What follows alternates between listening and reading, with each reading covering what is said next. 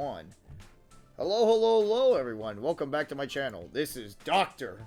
Earthworm Robotnik. And today I'm going to finally get around... Hello. Hey there. And today I'm finally getting around to something I've been meaning to do for a while. Stream Sonic the Hedgehog. It's funny considering my username, I have not touched a fucking Sonic game, like, ever in, like, the I want to say the 6 years I've been doing YouTube. I'm surprised, that sounds like you've never played them before. I'm actually well, I meant to do an adventure playthrough with my buddy, Mr. Rackham Good a little while back, but, like, we scrapped the footage because we were not satisfied with how it turned out. But we'll revisit it, definitely, and bring the jokes that we intended for that, too. Nah, I like the idea that you named yourself that, and you're just like, what's a Sonic? What the fuck is a Sonic? Anyway, we're going to be playing Sonic the Hedgehog 1. We are using the Ultimate Genesis Collection version of it for PS3. How did you name yourself that? He looked cool. Anyway, look. Basic gets the point done.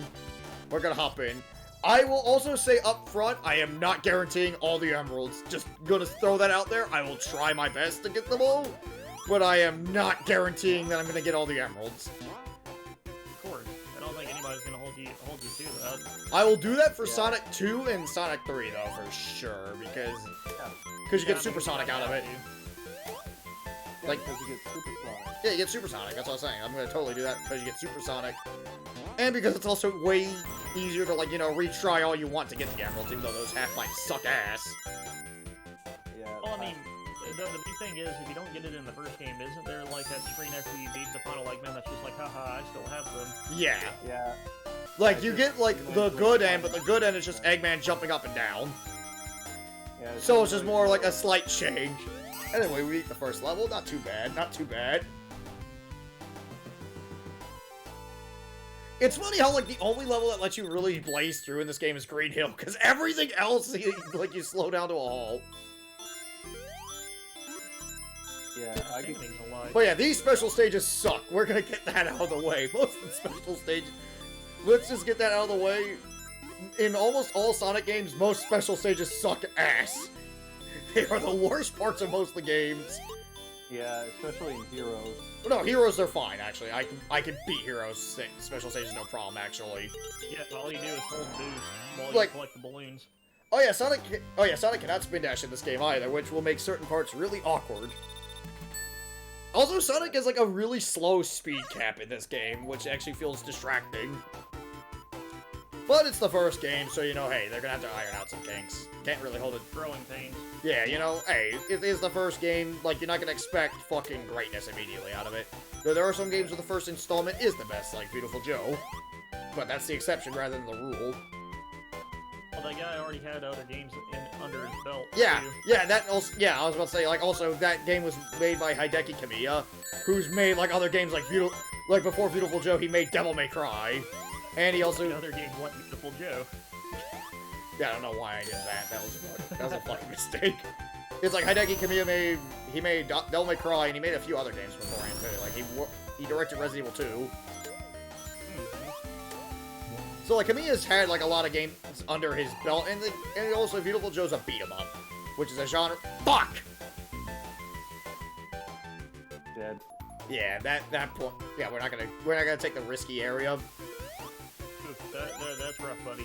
Yeah, we're gonna ignore that spot. Yeah, so... It's like, yeah, we could get more rings, but let's avoid that. Yeah, when it comes to Sonic games, I think Sonic has had the most bootlegs out there. No. Definitely Oh, not. that would definitely be Mario. Yeah, Mario has like more bootlegs than Sonic. Okay, you got me there. What about Pokemon? Roughly, I'd actually say. Well, that's more bootlegs in form of piracy. Yeah, like you get a lot of repros with Pokemon. Yeah. You know, Like to the point where it can be to the point where it can be actually really difficult to genuinely tell what's like an actual real copy from a fake. yeah, but see, watching the old Sonic games, it reminds me of like all the Sonic shorts. I mean, all of them. Oh, Sonic Shorts is fucking great.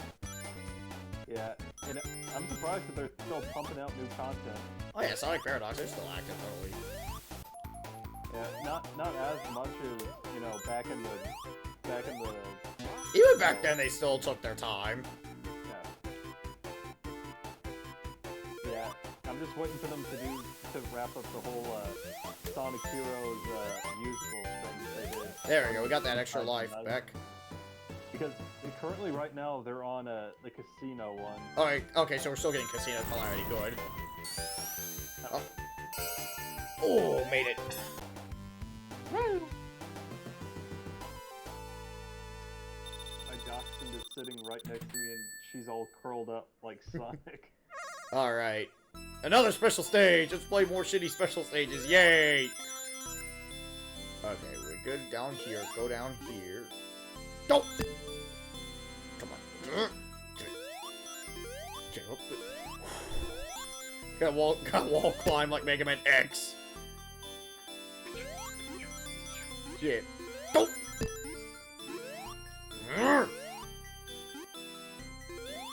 Fuck.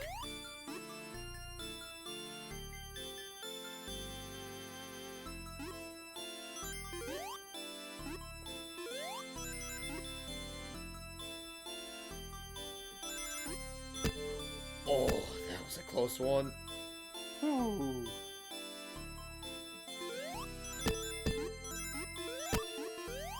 Okay, we gotta continue. Good.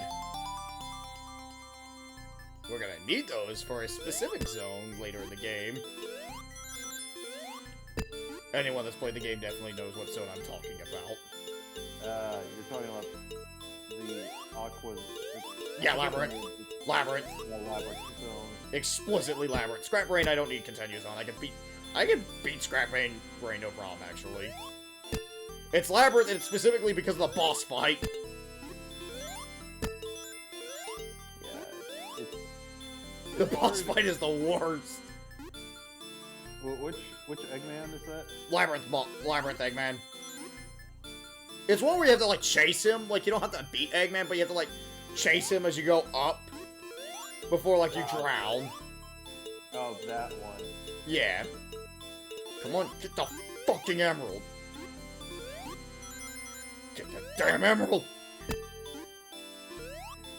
We're not even at the game. This is the second emerald, not that damn fourth Chaos Emerald. Oh yes, I will be doing Shadow. I'm going to be 100%ing that game. Sort of. I'm not going to be several streams.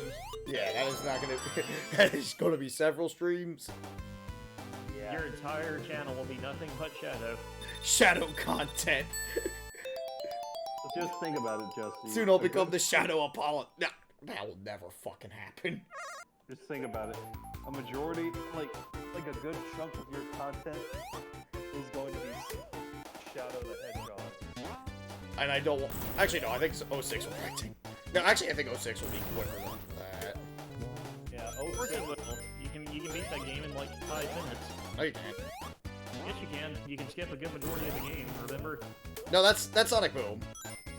No, that's been patched. No, Sonic 06, you can still do all kinds of exploits to get to stages early. But I gotta show the cutscenes, that way we can see the kick. Control. Yeah, we gotta see that kick. We gotta see we gotta see Shadow do Genocide Cutter on fucking Silver. You gotta show him that awkward cutscene about go talk to figure out where the captain is. Oh, that one! Oh, that fucking shit. Yeah, we totally gotta do that for sure. The game? Oh, I'm just looking at the chat right now. The game people play just so they can hear the former Force Kid voice actors swear. Oh, totally. Damn, they got away! You're going straight to hell! That's my favorite. I mean, but with that game in particular, you have to really think about it because this is kind of like Ghost Story because they get to do something they don't usually get to do. No, Ghost Stories was a gag dumb to begin with. Yeah, I really wish that I could have, you know... Fuck! Get that damn extra life! Got it! I'm gonna want that. It's like, yeah, I know someone could go, like, just ignore it. It's like, nah, you don't want to ignore that. That's like, you want to have, like, as much for the game, because this game has limited continues. So just simply getting what you can is a good idea. Yeah, so So it's like Mario 2, continues. Well, yeah, but you can only earn continues, though, too. Yeah. Whereas at least Mario 2 gave you 2 continues from the start. I feel like Mario 2, you don't need to worry too much in that game. Because, like, Mario 2's pretty fair for the most part. Yeah. Until you get to, like, near the end of the game. But at that point, it's like, yeah, it's end game, though. Alright. We're about to get to our first Eggman Battle. Dr. Ivo Robotnik. Let's see, we gotta slap him hard on the fingers. Yeah, your channel's namesake. Yes. Yeah, expect me to flip-flop between calling him Eggman and Robotnik, because honestly I use both names, to be fair. Yeah. Because both names are the correct one. Like, I'm not one of those, like, Robotnik / Eggman loyalists like some people are. Because both names are the actual one. It doesn't matter what name. Well, what name is the canon one. I mean, Eggman is easy to say, but Robotnik just sounds cooler, so I like They're fine for both, because, like, there's also the fact that it's, like, Eggman's a threat even with the name Eggman. I think that's a bot, probably. Someone mod the chat real quick. Because there is Girl 1001. I have a feeling that's a bot. Yeah, it's a Give me bot. a sec. Give me a sec. Hold on. I'm just simply saying, like, any mods in chat, they might need to take a look at these. Oh. Are you, okay. A real human being. Okay. If you're a human, let me think. I gotta do a secret test. How do I untest myself? How many Clay Fighter games are there?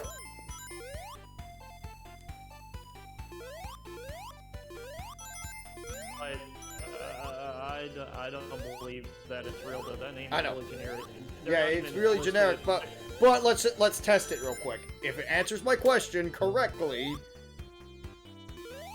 how many Clay Fighter games are there? Has never streamed before. Has no profile picture. Probably a bot. Yeah, it has to be because it actually says that they're no longer in your chat either. Yeah, streamers in chat. Okay. Yeah, ban it. And delete. Oh, I don't know. It's in the chat. I don't know. Okay, let me do another one that's not Clay Fighter related. What is Sonic? Yeah, what's Sonic? There you go, at least keep it semi-relevant to the chat. I just wanted to choose Clay Fighter because... What color's my underwear? SpongeBob, you have to ask him a question. Oh yeah. I like the response, a video game. What animal is Sonic Girl 1001? Look, I genuinely can't tell. I'm just... Sorry, you came into stream chat with on like a 10 on a scale of 1 to 10. I don't know. Okay, this is probably a bot. If it doesn't know what animal Sonic the fucking Hedgehog is, it's probably a bot. You're getting tilted. Dude, it's a bot. Yeah, it's totally a bot. Females can be sandy. I don't need to know that, okay? I mean, this is life-threatening info, or potentially life-saving info here. Yeah, but you don't say that in a stream about Sonic the fucking Hedgehog! What the hell is wrong with you, man? Yeah, what the fuck is wrong with you? Banned. Yeah, get that ass banned. What the fuck was that all about? Fucking happened. No, but dude, that couldn't be Fucking a bot. happened. No, here's the thing. That couldn't be a bot because they were actually responding to you in real time. That's what I'm saying. Like, it's like there's no way this is a bot. So I think it's a troll account. Yeah. Yeah, it was most likely a troll. Luckily, it's not a scammer, but it's just so weird. Watch it be like, here comes. Account made on Christmas Day in 2014. I mean, I get the feeling we could have probably alienated. We probably could have alienated a potential follower, but I don't need to do a troll. So, you know, get that ass banned. Shit! Quoting the wise words of a great internet stalker. Get that ass banned. At least I gotta continue, but I missed the third emerald, so fuck! You got distracted. You see, this is why you don't... But here's the problem, though. Who doesn't know that? Yeah, who doesn't know Sonic is a fucking hedgehog? The stream is called But- Sonic the Hedgehog, gotta go fast! No, the peeing standing up thing, because girls' bathrooms have urinals. Well, no they don't. Yes, they do. You can actually buy, like, a special cup that lets you do it. Why the fuck are we talking about this? I'm just telling you that because I worked at CVS and we sold them. Wait, what? Yeah, Constantly. it's just like little. It's like this little cup thing that lets them use a urinal. Ugh. Okay, just I had a violent sneeze there. Yeah, I got a consolation prize from the special stage. Oh fuck, I got get a little hurt by that caterpillar there. I mean, yeah. But yeah, I am guaranteeing not every emerald is going to be collected in this. Oh yeah. Are there still 5 clay fighters? I know there's like the fan hack, but I wasn't counting that. And there's also the canceled Clay Fighters remastered, but yeah, we know how far that went. Yeah, but it's also because that company seems to kind of jump the gun. Interplay like is run by fucking imbeciles. To the point that Tommy Tallarico was able to get the fucking Earthworm Jim rights, and now look at it went. And look how well that's going. No wait. Did they also make Booger Man? Yeah, they did. They did. Interplay also Okay. Interplay did Booger Man. Yeah. Okay, so that explains why Booger Man was in Clay Fighter. Yeah. Alongside Earthworm Jim, because they own the because Interplay got the rights to Earthworm Jim at that point too. And they're both voiced by Dan Castlevania. Oh yeah, the amount of times it took freaking having muscles to say it right. Yeah. Dan Castellaneta is the. He's Homer Simpson. Yeah. Yeah, he's Homer Simpson. Okay. And Krusty the Clown. And Hans Moleman. And who? Hans Moleman. He's like that one old guy from The Simpsons that's always getting hurt. Oh yeah, Tournament Edition, right. Thank you, River Sling. I actually keep forgetting Clay Fighter Tournament. It's funny, because like Tournament Edition, I just keep forgetting properly exists. Even though that's the version that me and my friend Miles played when we did the Clay Fighter videos a while back. Yeah. Wasn't there a fatality in the game where you just chopped the dude in half with a mad doctor? That wasn't a doctor. That was an Asian stereotype named Kung Pao. Dr. No, yeah.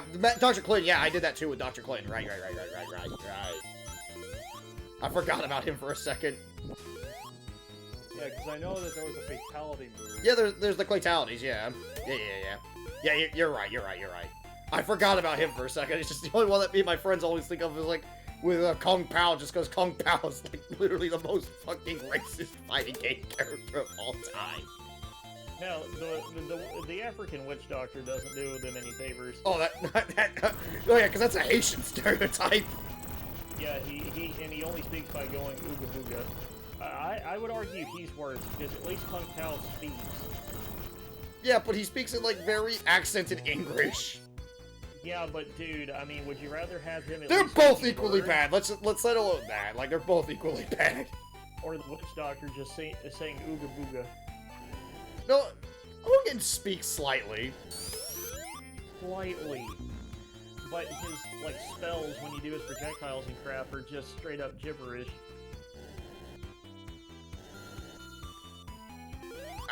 There we go.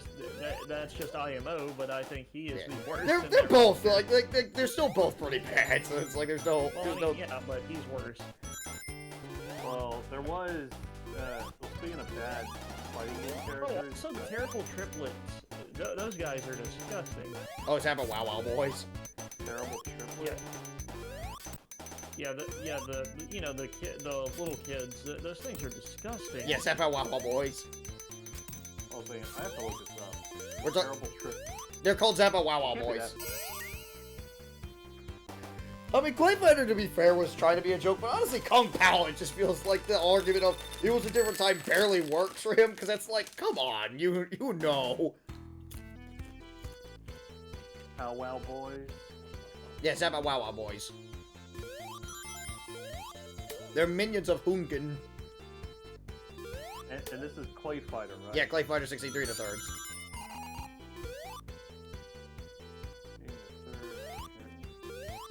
Alright, Can't we're be that. Oh, the triplets. yeah. Oh, Kung Pao. Now I see what you're saying. Yeah, Kung Pao.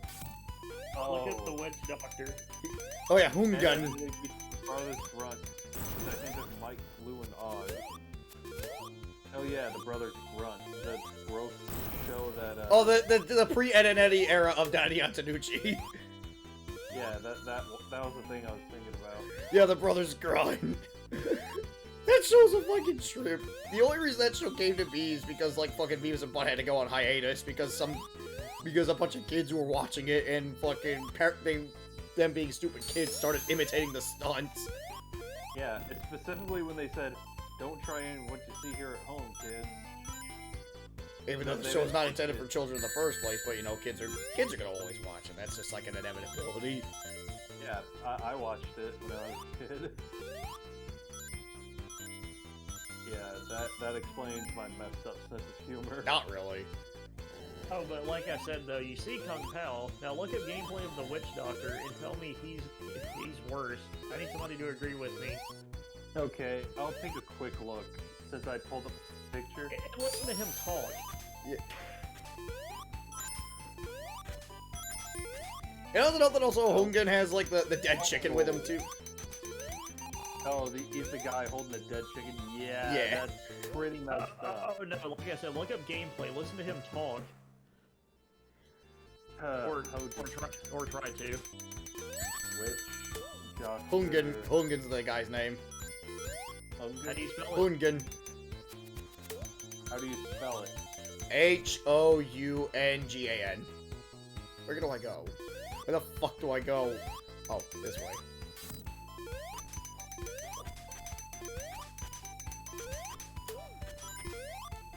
Yeah, this is like a real pace breaker of his own, but hey.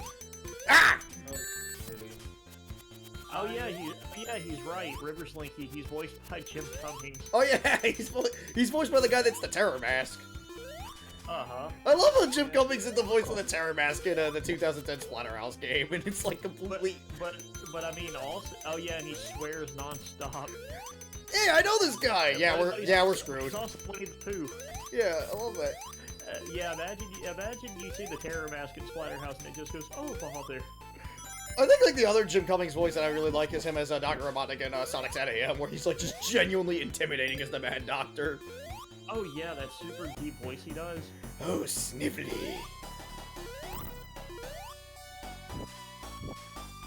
Arguably, to me, one of the easiest Eggman fights Oh, right totally. here. Like, the pattern is super fucking easy to remember. Mm-hmm. Especially considering how hard this zone is. Okay, I just watched the footage. I guess I'll get some footage!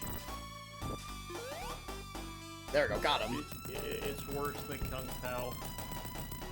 Now look up Kung Somebody Pao. agree with me.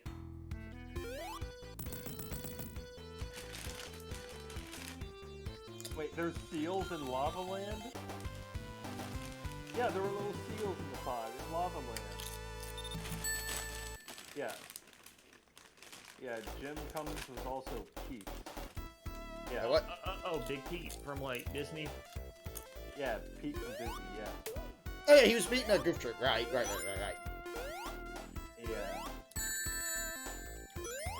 It's funny how that's like the only one of like the more younger and hipper shows that was actually decent was Goof Troop.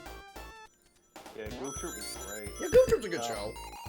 But the Goofy movie was really great. Oh, the Goofy movies are fine, totally. Yeah, but to me, I like the sequel better. Oh yeah, extremely It Goofy always movies worried me fine. during the road trip. The amount of times that PJ was on edge that Pete was gonna kill him made me worried. Like, Oh hey, Grammy Hunter, how you doing?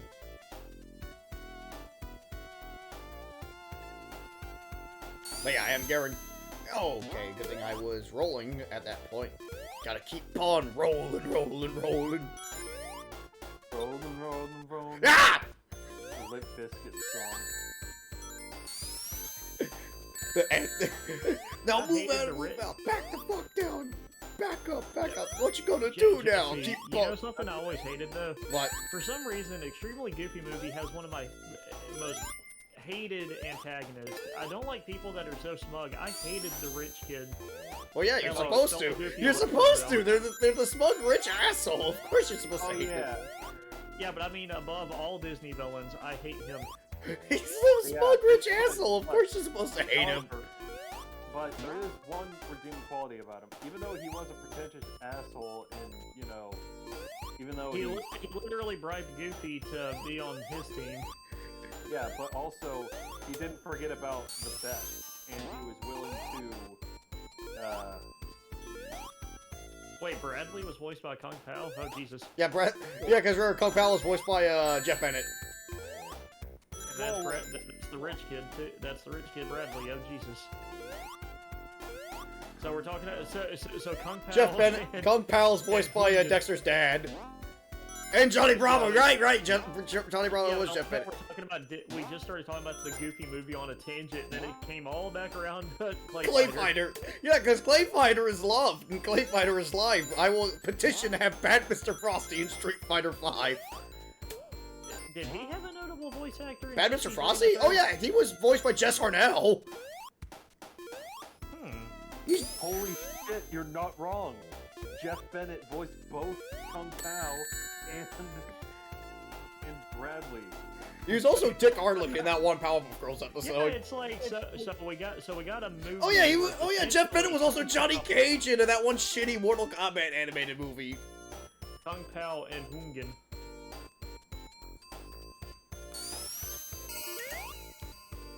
Yeah, I'm not guaranteeing all the emeralds in this. Fuck that. Yeah, fuck it. I will do that for Sonic 2 and 3 though, for sure, because not only do you get Supersonic, it's like they're nowhere near as luck-based as this game. I feel like this game has like really bad luck-based bullshit when it comes to the emeralds. Especially because the requirements to get... Oh yeah, Jennifer Hale voiced Sonya in that one shitty Mortal Kombat movie before she did other... It's funny how like certain voice actors got their start, because I think also Tara Strong got her start in one of the fucking Mario cartoons. As Hip and Hop in Mario 3. Well, let me fact check that real quick. Yeah, that's Tara Strong. That's totally Tara Strong. Like, this is before, like, she was, like, Batgirl in, the Batman animated series. Speaking of Tara Strong, I need to play a fucking Lollipop Chainsaw, because I want to hear Tara Strong swear up a storm that's not fucking drawn together.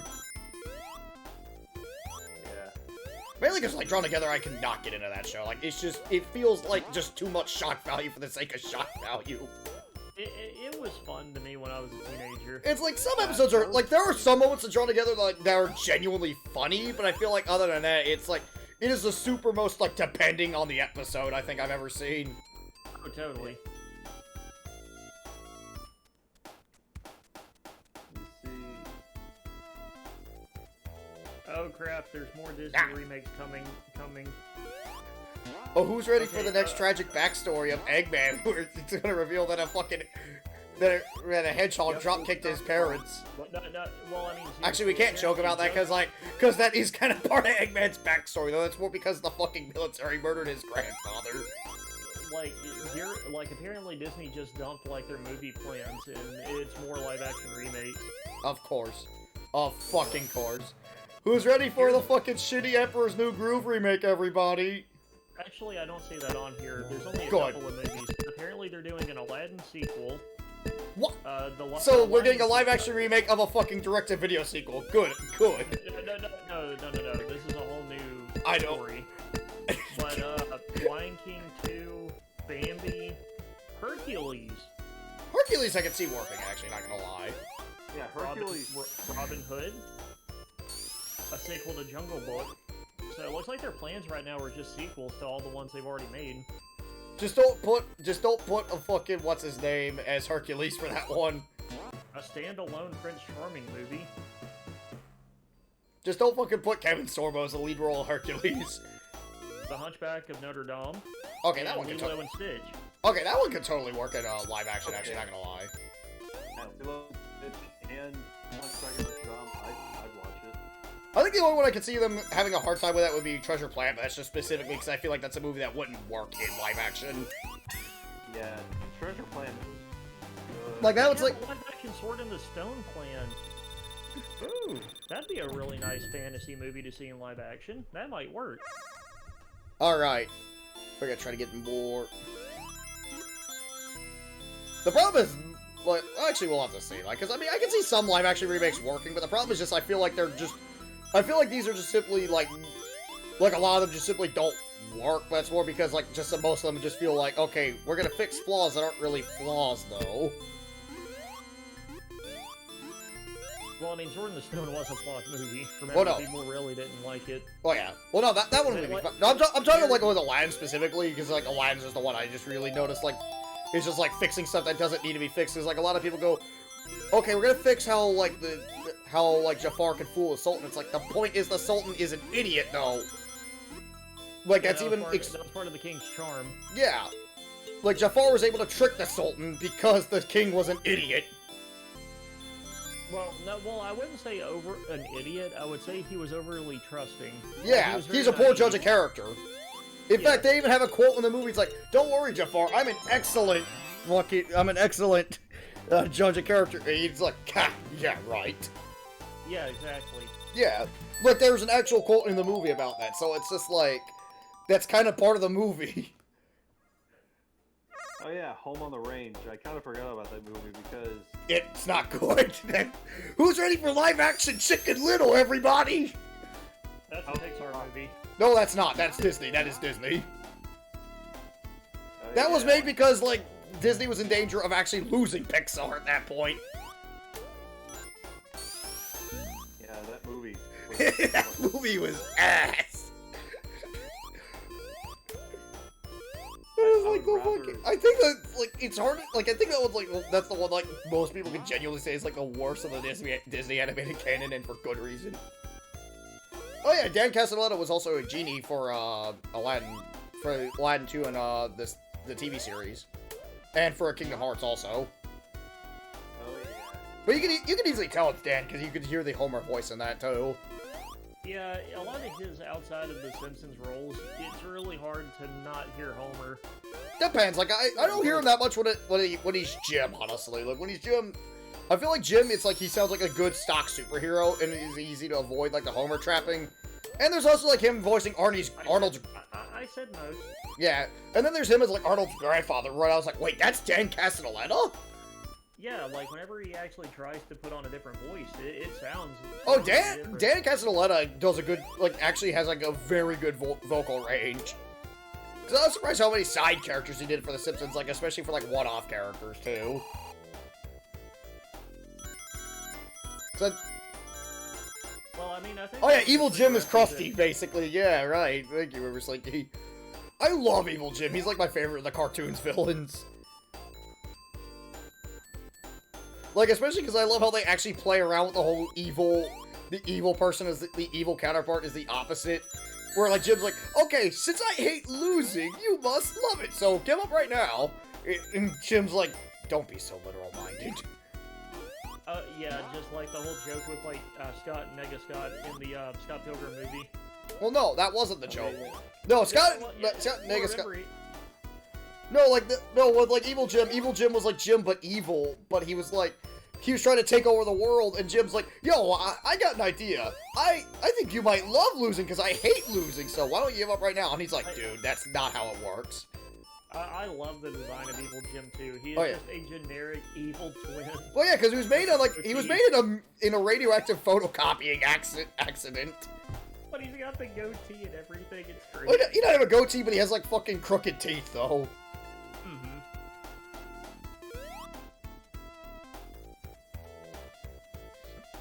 Come on, get up there, got him.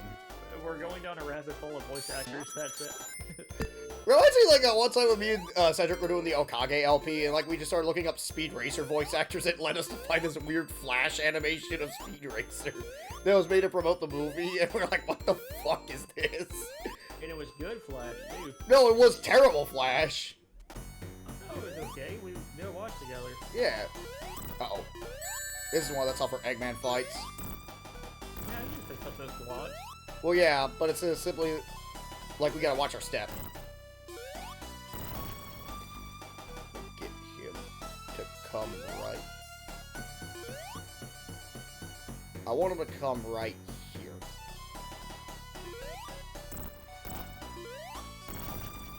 Come right here, please. Oh, yeah, oh, you got 2 hits.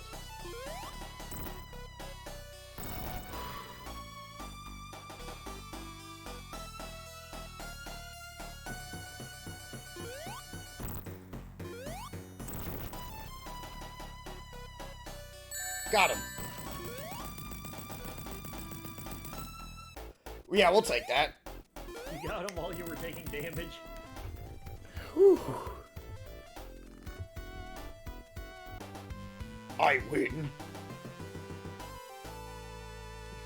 I win. I win. Oh, goody. Oh, fucking goody. This... Okay. Everyone knows it's basically the worst level because it's the fucking water... The stereotypical shitty water level. Don't. This is like. Oh yeah, Peter Fernandez, the original Speed Racer VA, did work for Courage. He was Benton Tarantella. Not only that, but he was also the Giving Tree. Oh yeah, he was that one tree. Dude, that episode was sad. Oh yeah, totally. Courage. I know he won't listen to reason, but I'm about to be chopped down. Dude, that entire episode, like, made me depressed after watching I think the it. one that like really makes you feel depressed also was the one with the space squids. But I mean, I hated the whole thing where he's just like, Shop, Courage, shop, I shop! don't- Yeah, Courage, I don't have much time left, but I will leave you a gift that should heal your friend. And then, you know, just minced up that rose that was left on the stump. No. Also, remember when people said the book of the Giving Tree was communist propaganda? Not really. Yeah, I remember some people complaining about, like, there was a minor controversy with the Giving Tree book originally that apparently people thought it was like propaganda. People always overthink a lot of things. Let's be real here. Like, I'm gonna Google that really quick, actually. I mean, it's just one of those. I feel like it's just one of those where it's like we're worrying about.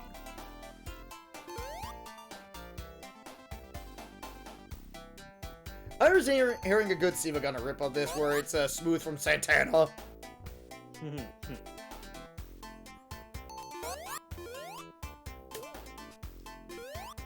Which, if anyone's never heard Santana, listen to Santana. Carlos Santana is like one of the best classic rock musicians of all time.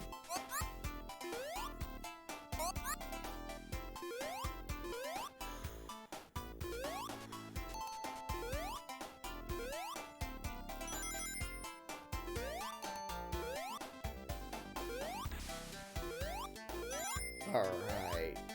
You gotta love, too, that the rich Asian guy was, like, the one technical villain of Courage the Cowardly Dog that actually didn't want to kill him.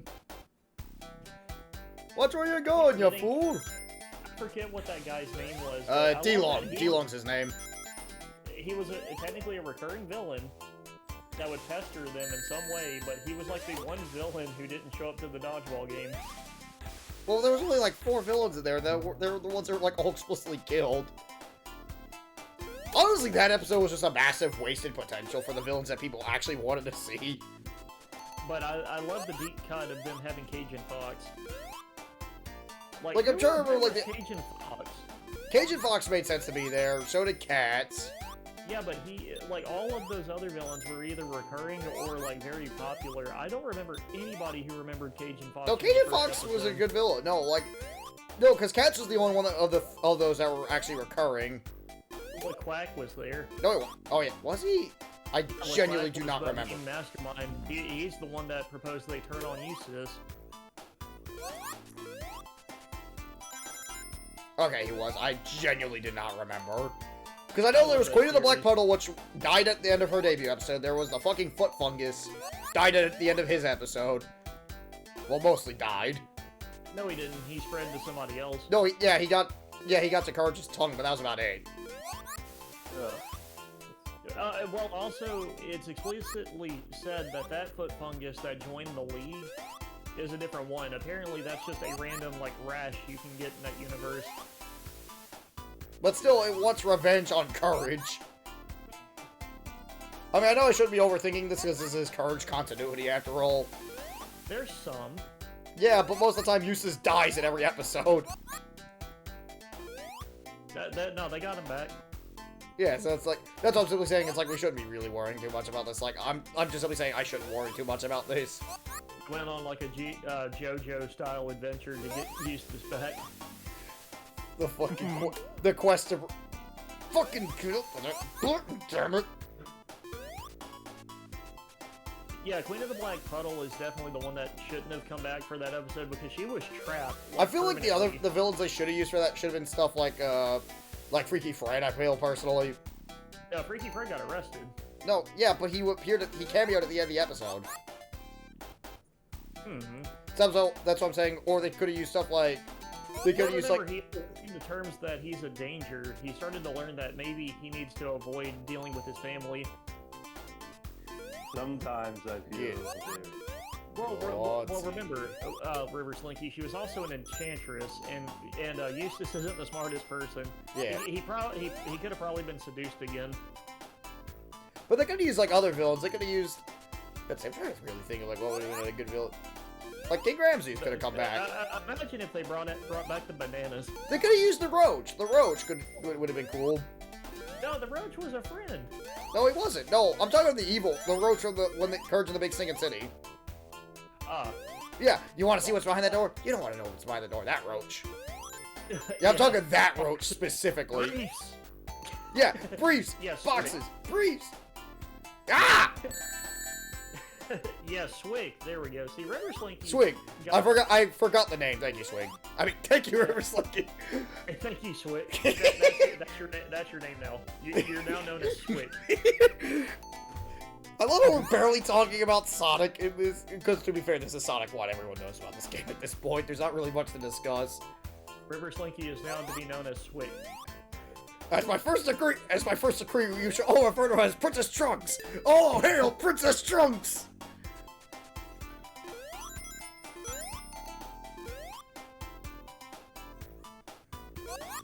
I wish we were doing Soul Calibur, but since Virtual Fighter's coming out, we gotta do Virtual Fighter instead.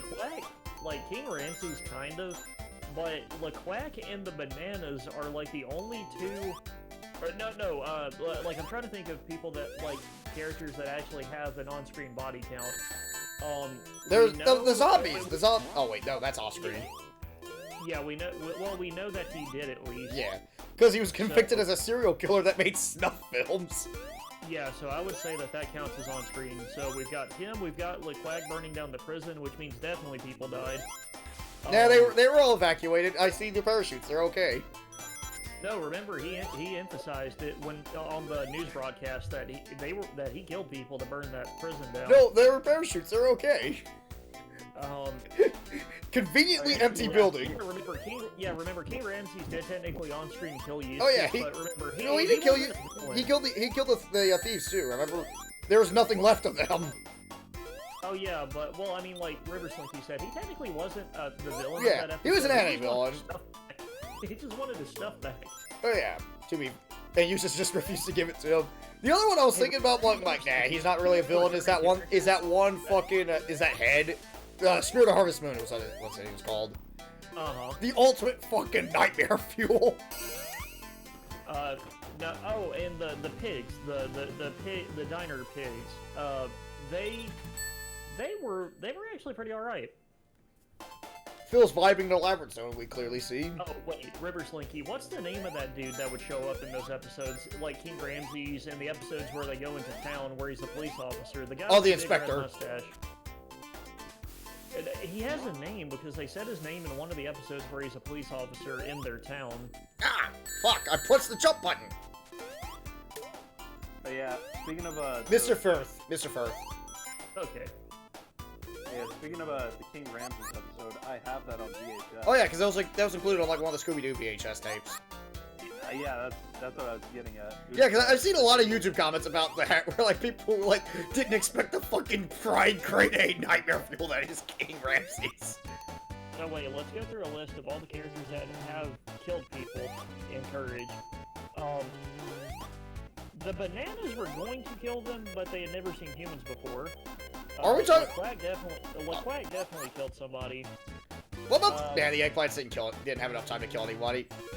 What's that? Sorry. I was about to ask about the eggplants. I'm like, nah, they didn't have enough time because they were originally planning on killing them. Yeah. Because they weren't getting water. Would the Wolverines count?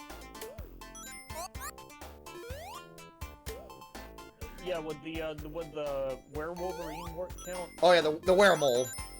Yeah, would that count as a villain or no? Yeah, the weremole was there, I believe, in that episode actually. That's the episode that freaked me out as a kid. It was the sound those things made. Oh, and that buildup of it attacking Muriel. Okay, Spindly, I'm going to say you are a fucking liar. You are a fucking liar. Anyone that says King Ramses never scared themselves is a fucking liar. It has one of my favorite scenes in the whole show, Oh. though. His overreaction of, like, destroying the freaking, sousaphone with a bat. Oh, yeah. Oh, come on. I love the... Oh, come on. Yeah, it comes across like he was just like, man, that's my jam. No, like with... No, it was more about, like... No, it was like with the bat... The fucking, the tub plug. Uh-huh. Oh, yeah, that was really funny. That's, like, all of his things had, like, built-in ways to get rid of them. Return the slug. What's your It offer? was really, yeah, they actually used the uncanniness of the CGI in that show in the early 2000s to great effect. Oh, totally. Look, they did it... Or don't forget that fucking random fucking, the violin girl. Yeah, that. That's like fucking scary as shit. And you don't expect it. Yeah, even as an adult, that thing fucking terrifies me still. Because, like, if you don't, like, see it coming, it... Yeah, because like you see things like that massive storm and the train. Now, Ah! episode about when he went to that apartment building. What was he doing there? They were with the, they were in the city, and this is where the roach comes in. Remember Slick? Swick, right? Ah! Okay, I keep getting the violin girl scene mixed up whenever he had to go help out the cat. That was a really good episode, the one with the cat and the Rottweilers. Yeah. The mask, yeah. Oh, that dude's terrifying in a different way because that villain's like completely realistic. Sorry, what? The villain of that episode, Mad Dog, was like super realistic because he's like he's an actual like realistic depiction of an abuser. Well, yeah, and he's a Rottweiler. Oh yeah. No, he's a Doberman. Well, I mean, Yeah. you know, one of the dogs that's bred to be like a fighting dog. Yeah, guard dog. I Oh, fucking yeah. hate this. Yeah, he's a crime boss. You're right. Yeah, he's a mafia. He's a mafioso. Yeah, because you overhear him whenever you first meet him. Courage overhears him basically saying something along the lines of him wanting to put a hit out on somebody. Not only that, he was gonna put money into prostitution. Mm-hmm. It's like, granted, it's like very implied and not outright stated, but it's like you could tell it's like super. Yeah, we're not getting all the emeralds. There's no way we're getting all the emeralds.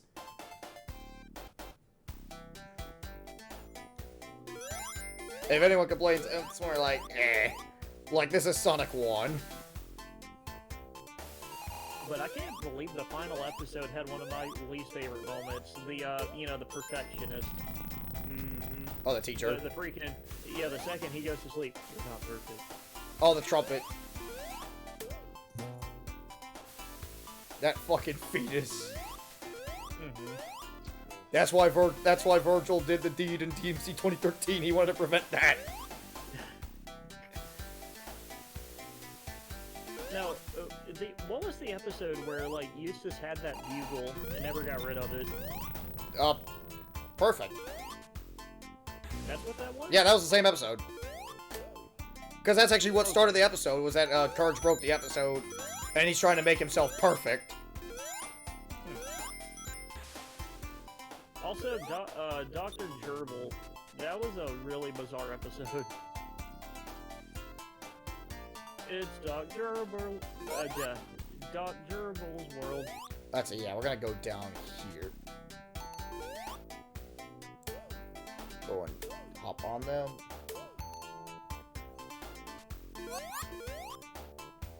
I love like one edit I saw of a fucking of that one episode with the fucking the Spirit of the Harvest Moon where someone edited it to make it look like Shin Megami Tensei, and I laughed my ass off. Well, I mean, it is basically just a demon interaction. Well, no, because like no, where they replace it with the final boss of most of the Shin Megami games, Ah, yes. where they like just recolor it in yellow to make it look like a Yahi.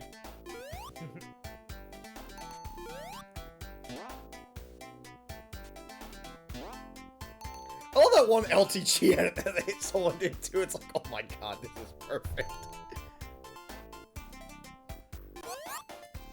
Almost drowned there.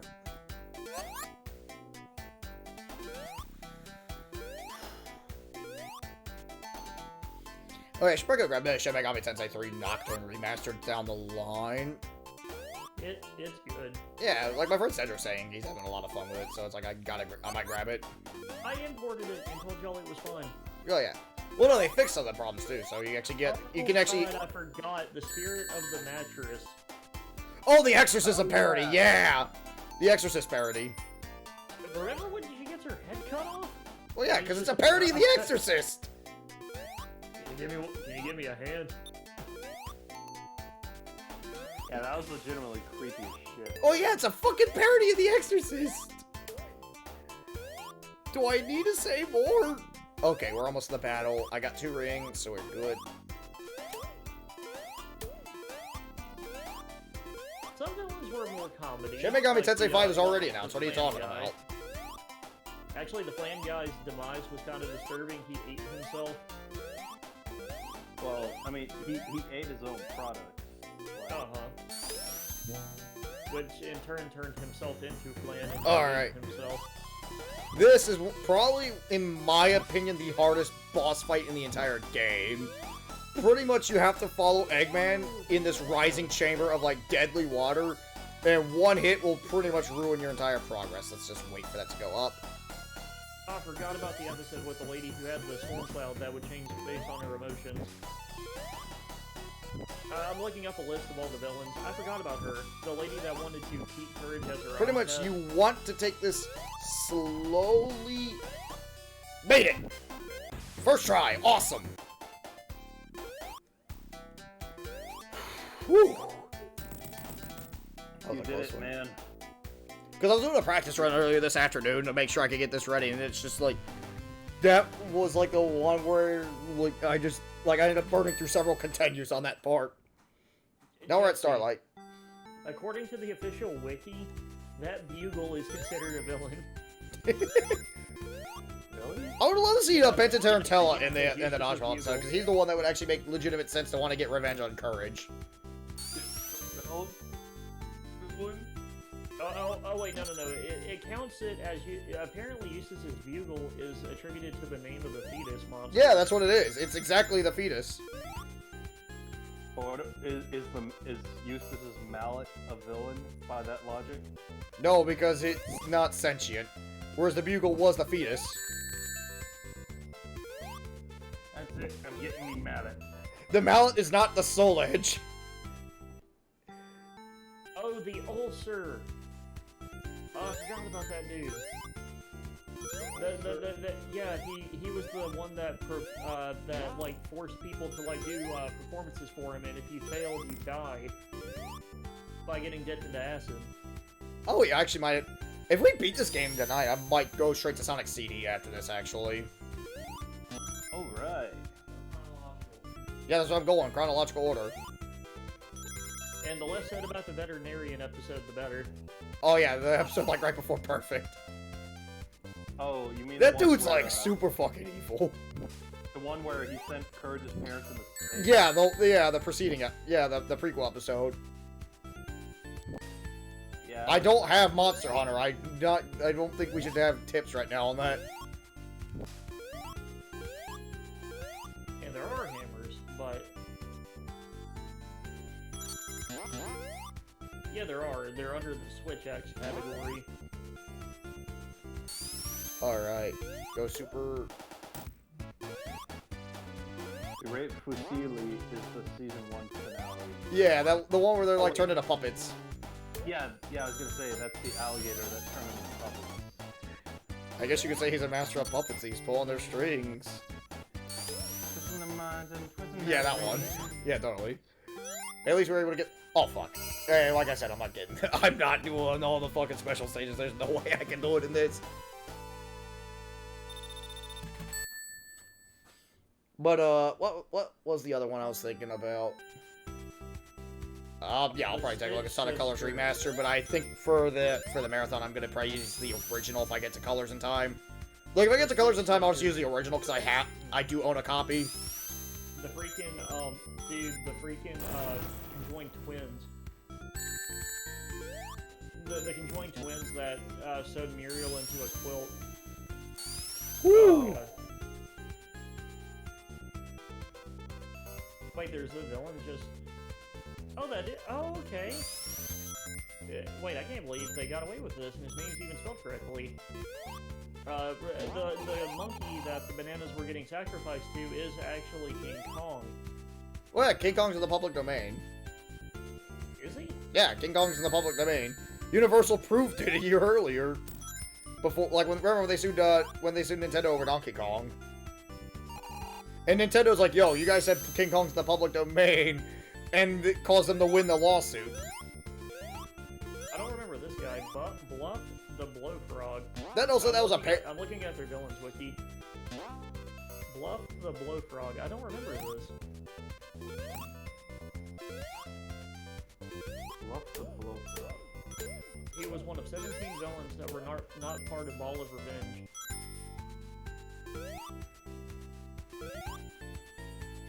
Velvet Big. I don't remember this guy either. Alright. We made it. Famous jazz pianist in the main antagonist. You said penis. Anyway, I don't remember this guy. Yeah. Also, due to the Courage the Cowardly Dog episode, with the Flan guy, I actually wanted to try it. Oh, Flan? Yeah, it's not bad. Oh yeah, I hear Flan's pretty good. Yeah, but you have to get, like, the fresh kind, because Oh, yeah. you get the kind that's sitting in a pudding cup or shit. Yeah, there's no way we're getting the quote-unquote good ending, but who cares? This game, Chaos Emeralds don't do shit in this game. He just gave up, dude. He didn't even try. I got knocked in there! I couldn't try if I wanted to! You could have tried harder. Besides, even then, I only have 3 emeralds. At this point, I'm already locked in, because you can't go to special stages and scrap brain. So I'm already locked in with the emeralds I got. Try harder. Yeah, no, thank you. I'm not Shadow.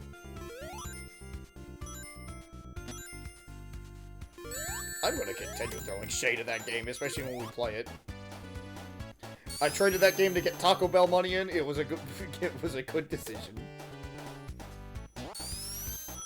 Especially because I like me some Taco Bell. Their chalupas are good. The King of Flan episode is basically Courage's against the Passion Patsy. Oh god. Oh wait. Pretty patties. Yeah, pretty patties. No, Passion Patties, not Pretty Patties. Pretty patties, yeah. No, Passion Patties, not Pretty Patties. It's two totally different things, dude. Oh. My mind went straight to Pretty Patty. It was Totally Spies that had Oh, Totally Spies, okay. Yeah, aka Fetish Fuel for Yeah, Children. the fetish, that cartoon that's literally fucking fetish fuel. Oh, but can I point out something really quick? Now I remember who Velvet Vic is. I looked up his scene on YouTube. He was the guy that was trapped in the old record that was trying to trick Eustace into swapping places with him. Oh yeah, that dude. Yeah, because he wanted to come back to life so he could keep making more music. So he was trying to suck either Eustace or Muriel into the sonophone player in his place. Oh, Courage is...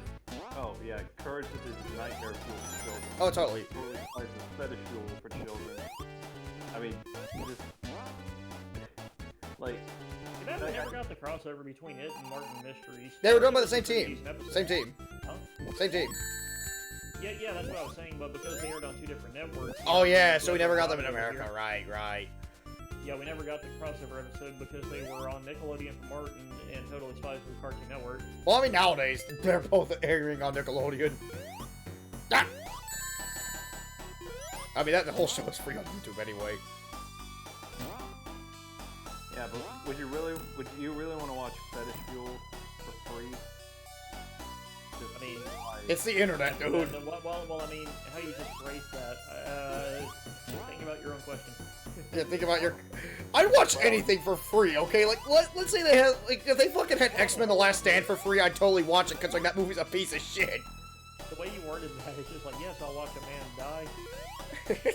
It's like, you put some on the internet for free. Like, let's say they put fucking Spider-Man 3 on... Yes. Like, if they put Spider-Man 3... Like, if they put Spider-Man 3 on YouTube for free, I'd watch Spider-Man 3 that way, because that movie's a piece of shit. Jesse's just like, yes, I would. Fuck Spider-Man 3. Spider-Man 3 sucks. Yeah, you just said that, yeah, you told me that you saw it for one of your Oh yeah, that movie came out, like, on my 10th birthday. That movie's a piece of shit. And they fucking did Venom dirty in that movie, because it fucking sucked. Yeah, it's a good thing it was a Venom movie, actually gave him a better personality. Oh yeah, because he's like... Yokai Watch 4 ain't getting localized because the fucking branch shut down. Here, yes. Yeah, the American... Not only that, Yokai Watch 4 fucking flopped in Japan, too. You know what did better and what they did recently? They actually remade the first game, and it apparently did okay. Alright, we're at crap brain Yeah, zone. The first Yokai Watch is on Switch, but only... Ah! What happened? I got baited. Oh, so... Oh, The movie, due to that's good. executive Yeah. meddling. Yeah. Yeah, Venom was ruined because fucking Amy Arad was like, yo, dude, gotta put Venom in here. And, like, Sam Raimi's like, dude, I don't like Venom. I'm not putting him in the movie. Put him in. You gotta put him in. Though, admittedly, he's like, yeah, Amy Arad's like, yeah, that was a terrible idea in retrospect. Honestly, Spider-Man 3's problem was simply, like, also, like, I just genuinely feel like... Like, because I think Venom, like, having less screen time wouldn't have been a bad thing, because, you know, hey, we at least got the symbiote suit, mostly. And we do get Bully Peter, who's a genuinely funny source of memes, not gonna lie, I love the fucking Bully Peter memes. But also, it's like that Look at little smile Gavin Jr. Gonna cry. Yeah, the little smile meme from Peter Parker in Oh, that yeah. movie. Like, there was a blooper that had the smile meme. Don't forget the I love how fucking Into the Spider-Verse, like, gave, like, just simply shat on the fucking infamous dance scenes. Like, yeah, we don't talk about that. Oh, dude, clipping this, there's actually an issue. Oh, what? You actually scream, like 2 whole seconds before you actually fall in the pit, so you're actually talking faster than people are seeing your gameplay. Yeah, that happens. I noticed that with Scott Pilgrim. Yeah, so we were talking about, There we go, I made your clip and I called it debated. yeah. Hang on, let me go to my... Yeah, watch that clip. It is a massive delay. It is a pretty sizable delay between hearing you talk and the thing happening. Well, yeah, I gotta figure that out. Like, sometimes, I think that's just how the stream stuff works. Did you ever fiddle with your latency? I did. My latency's, like, very low. No, here's the thing though, there's 2 ways that you have to set, basically synchronize it. Did you set it on your Twitch account? I'm pretty sure I did. On the Twitch website. Yeah, I'm pretty sure I did. Okay, because you have to have it set to low latency on both your Streamlabs settings and on Twitch as your preference before it'll do, like, in the now commentary. I mean, even then, it's not, like, too big of an issue. Like, it's not like it's going 5 seconds before. Yeah. Now, see, Spider-Man 3 could have been a lot better if they just solved everything with the dodgeball game. Well, yeah. But no, we don't get the funny meme Bully Peter, though, like in Spider-Man 3. Spider-Man 3 Bully Peter's funny because it's so cringy. So, yeah, the difference is that 94 also handled it tastefully. And, though 94 is actually really good. I fucking love Spider-Man 1994. One of the best fucking superhero cartoons. Isn't that the one where it ended with the end of the Spider-Verse stuff? Well, yeah, it ended with Clone Wars, yeah. Not Clone Wars, the Clone Saga. Clone Wars is Star Wars. Spider. Where he fought Spider Carnage. Oh, now I remember what I was gonna say earlier. So It's the one where like Spider-Man hangs out with Stan Lee in the final episode. Yeah, I remember that one. And in the end, he was like, I hope the Fantastic Four will come get me down from here. Oh yeah. The Spider-Man 1984 is a great cartoon. It also helps that we have Joe Perry compose the theme song to that, which is awesome. Yeah, Gah! Okay, but the best theme song of any cartoon of that era was the X-Men theme song. Yeah, X-Men 1990 is really good too. That is the most iconic superhero like cartoon theme song ever. No, the most iconic is this 1960 Spider-Man theme, clearly. So, I would argue that's more iconic, but that's just more because that's like entered pop culture lexicon. But the X-Men cartoon is like also really godlike when it's that theme song. But I was trying to say something earlier about Spider-Man 3. Okay. Yeah. Oh, so anyways, I remember reading this magazine back in the elementary school days because we got these Discovery magazines or whatever, you know. Oh yeah, like those little things where like, hey, fill out these worksheets, like stuff like that. No, these are like actual fun magazines that had like stuff. I was about to say, is that coming back? The CGI buildings are bad, yeah, but you gotta remember that was like that was made in the 1990s. Of course, the CGI is gonna be not very good. But anyway, so the thing that I remember reading about Spider-Man 3 is that, you know, I remember I owned the first two movies. I loved them, but, you know, 3, I was kind of skeptical at first because, you know, you have 3 new villains. Well, yeah. I mean, at the time I was a kid, I was like, oh shit, we got 3 villains? This is gonna be cool! Too many cooks in the kitchen. Yeah, too many cooks spoil it. It's like that one fucking Adult Swim thing. Too many That's what I'm cooks. referring to. Yeah, too many cooks. But, And it turns into like a cult murder. so, interesting fact about Spider-Man 3 is that they had multiple red and blue suits for filming the movie because they broke so easily, and they had to reshoot several of the action scenes. And I think there was like, I want to say the number was like somewhere between 27 and 27 and 32. Somewhere in between that number, but there was only one black Spider-Man suit in the entire production. Yeah, it sounds like a movie production to me. That's insane. Yeah. So imagine if they got ripped. Like, what, do they just look at it and go, well, shoot? Yeah, but the black Spider-Man suit actually looks pretty badass, not gonna lie.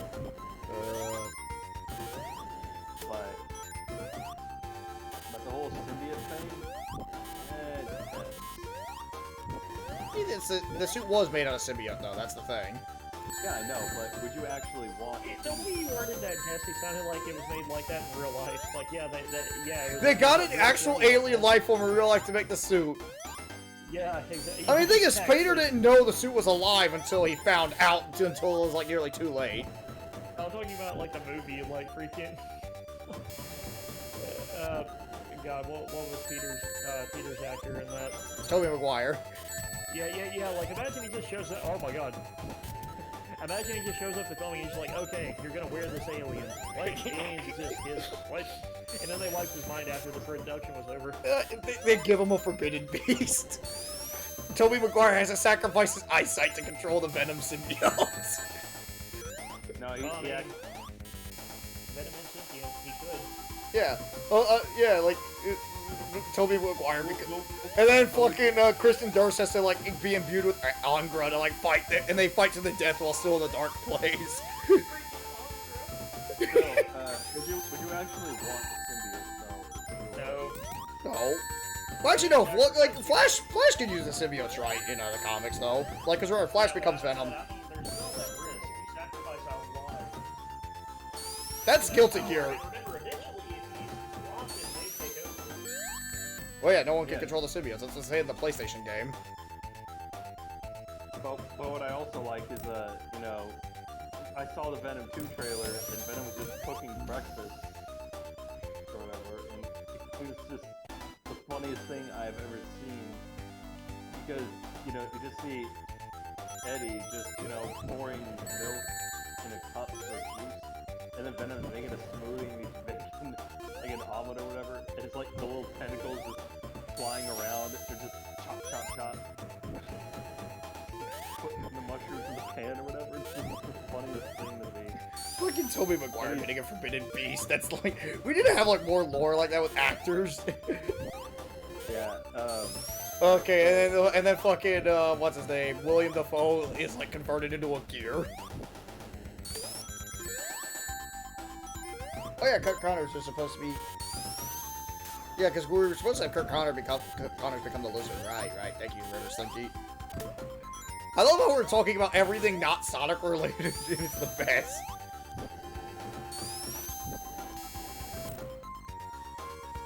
Let's see. Let's be careful to not get reduced to ribbons.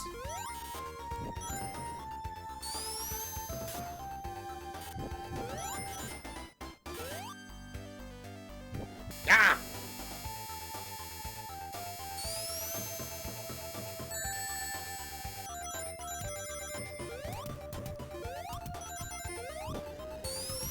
You're just gonna brute force that.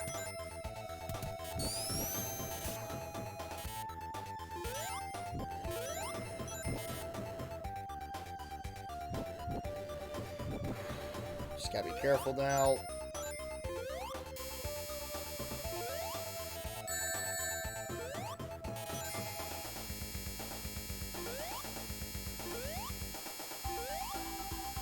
Gotta be careful here. Bait it.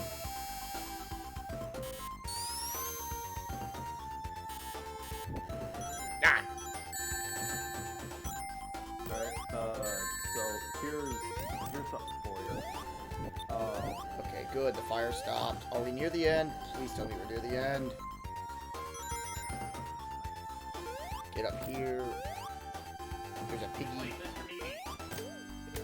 Tyler, or whatever. I have a question for both of you, since we were talking about courage, and you like doing what ifs, right?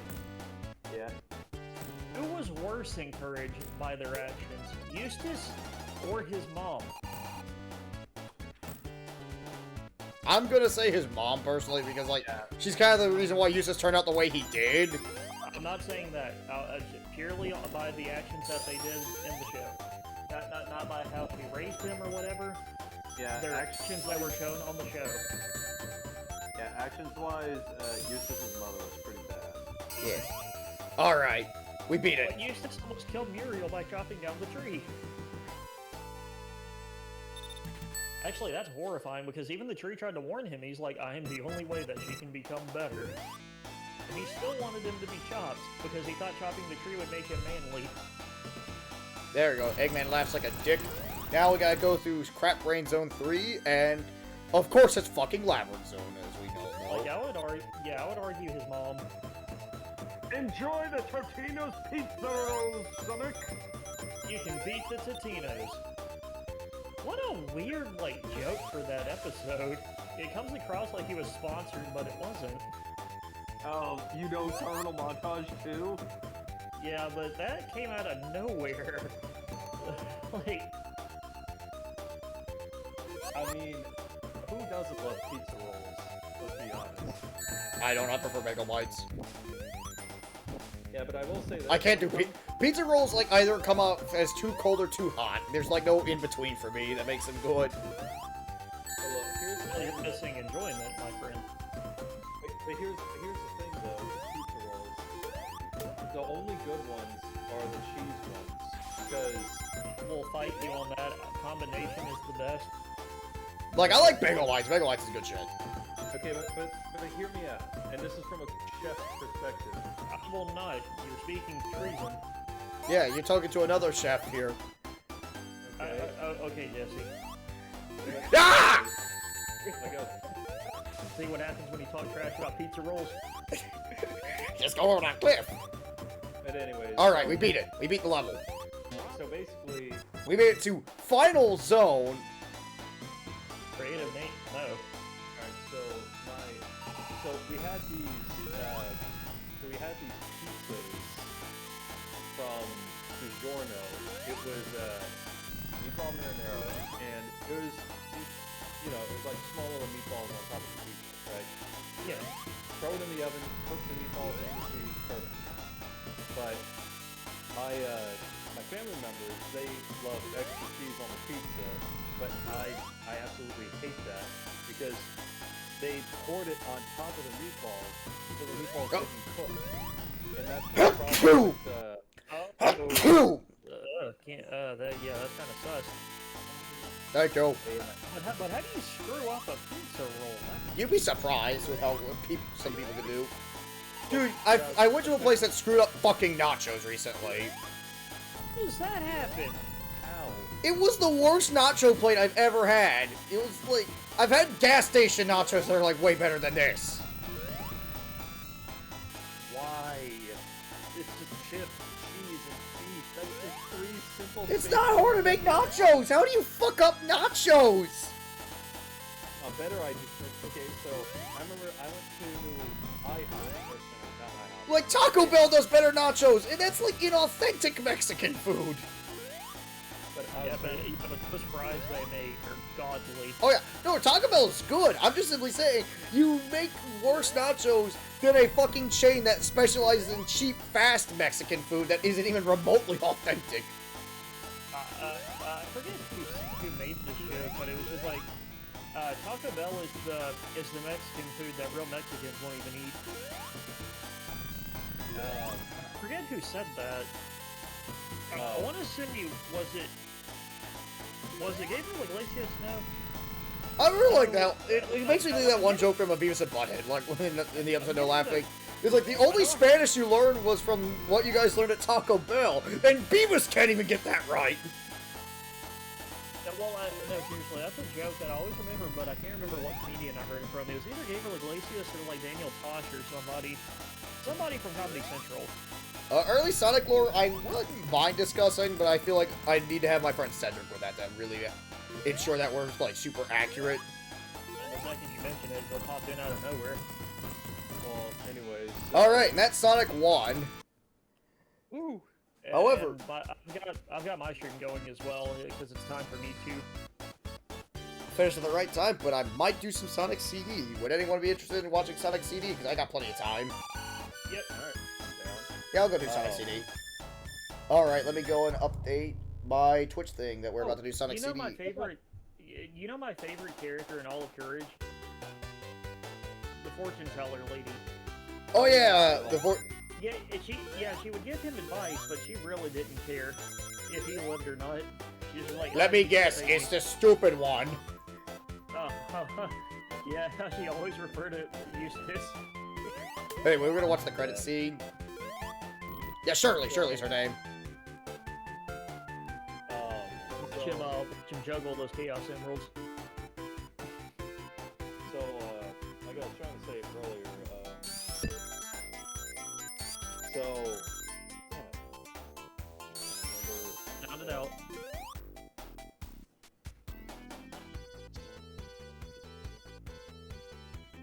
Oh, Dude, okay. I'm loving going back through the blob. It's such a fun game. Okay, now I remember what I was going to say. So, back to my topic of the meat inside the pizza rolls. The meat isn't or doesn't cook. And I had them once and I did not like them. And I usually go for, you know, meat on pizza or whatever, you know, whenever I order out or whatever. But when it comes to pizza rolls, I'm a cheese-only guy. You know what I mean? Yeah, and wait, that's Sonic 1. You know, Growing Pains, pretty good game.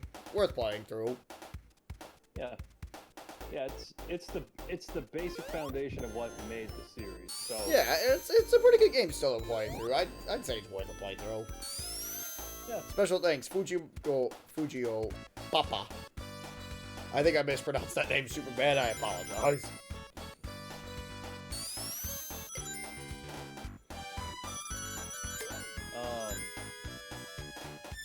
But yeah, since I didn't get all the emeralds, Eggman's juggling 3. Try again, but what's he gonna do with them? He can't do much with that. Anyway, let's go ahead and No, he already has Chaos. this is before. Anyway, You we're don't gonna know that. go to my downloadable games. And we are going to go through what I have. Where did I put it? There it is. Whatever you do, don't show them your Twitter. Let's see. Anyway, we are going to be playing Sonic CD. Yeah, we're going to go and play through this. Wait, is this not on the Mega? No, it's not on the Mega Collection at all. Sonic CD, they couldn't put... I don't have Gems Collection. But I have it on my PS3 as a download because it's a $5 downloadable game. Because Sega actually lost the original source code to Sonic CD, but a fan named Christian Whitehead remade the game from the ground up, showed it to Sega, and they hired him to make this as an official remake. They reverse engineered it. Yeah, he completely reverse engineered it. Over and over again. So, we're going to go change the game to Sonic the Hedgehog CD. Alright, so does the intro play with that awesome... Oh, Sonic Boom. Song? Actually, fun fact with this one, you can swap out. I'm going to be playing this in the Japanese soundtrack, actually, so we will not have Sonic Boom. But, you can switch it between the Japanese version and the US. I will be playing this in the Japanese soundtrack. Sonic Boom, good, because Sonic Boom can sometimes actually have issues with copyright claims. Also, Because of the vocalist. yeah, and like this vocalist, we don't have to worry about that. Because there's no vocals in this version. How long will it take to... Are there 7 Chaos Emeralds in this game? There are 6 time stones, or we can also ignore them and go back to the past and destroy the robot generators. There's some shitty games that suck ass. So we're gonna start a new game. Oh yeah, I have Tails unlocked, but we will not be playing this as Tails. We'll be playing this as Sonic. I'm already Sonic. P.S. We need a Tails. P.S. I'm already Sonic. No one be Sonic. The Sonic CD Roleplay Club is now in session at Taco Bell. Alright, you mind giving me a second to start my stream up? Yeah, go and ahead. then we can keep talking courage. Well, yeah, also, like this, I also love how this version also, like, up-reses the original cutscene very well, too, of the Sega CD game. Yeah, I don't wanna be late talking about Courage 2.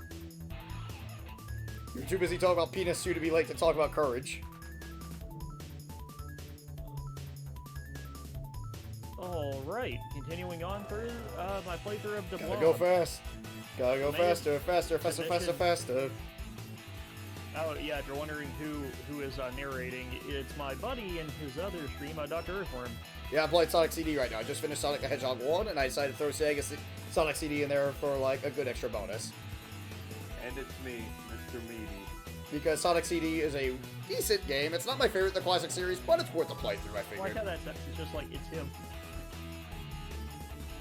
Oh, by the way, the reason why we don't have, why you can do anything doesn't have the vocals in this version, it's because they couldn't get the rights to the vocals specifically for this release. They couldn't clear them from the estate.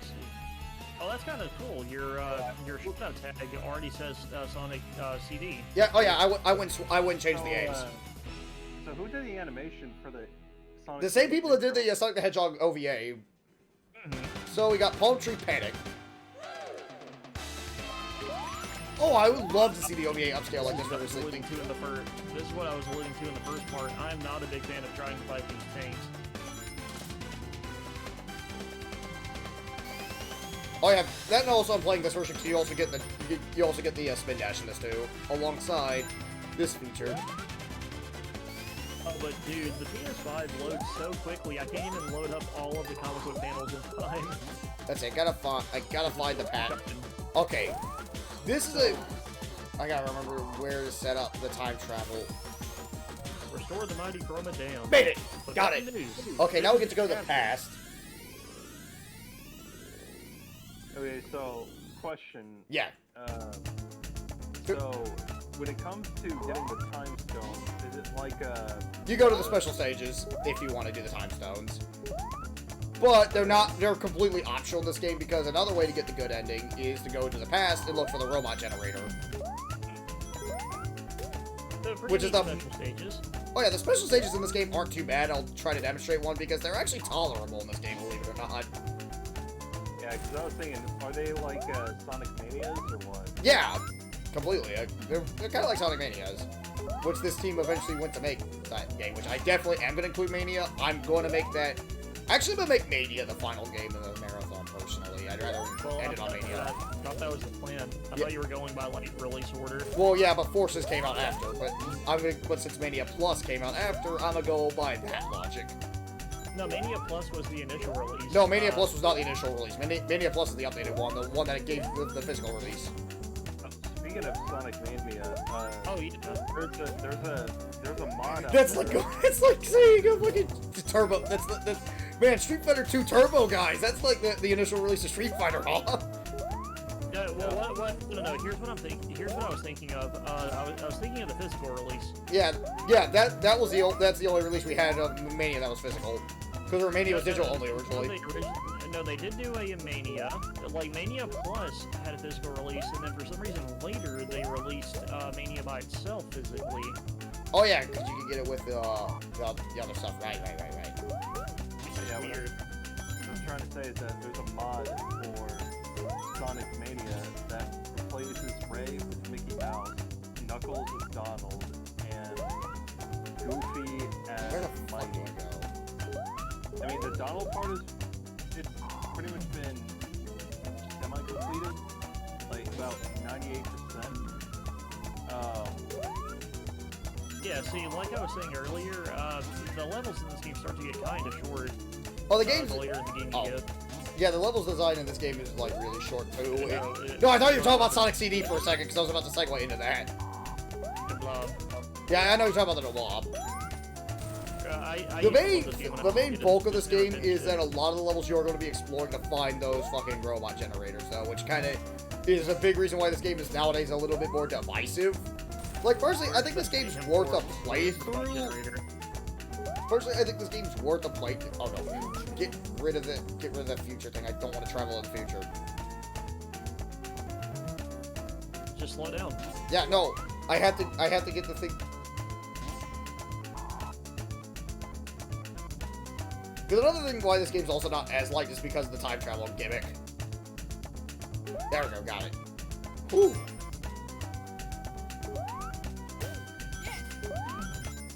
30 blue paint points. Okay. It also doesn't help, like, a lot of the it doesn't really help that it kind of goes, found the robot generator. Awesome. Now let's destroy this.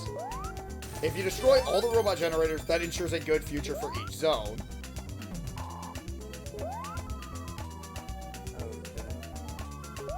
And I can also demonstrate a special stage. Another good way to ensure that every zone gets a special good feature is to finish every special stage. You lose a little something in this game not playing it on Wii where you don't have the waggle. Oh, I thought you were talking about Sonic CD for a second again. Dun, dun, dun, dun. But yeah, this is the special stage. Just pretty much destroy all the UFOs before the time runs out. Pretty much, it's simple, it's skill-based. It's kind of cool. I need to double check something while I'm thinking about it.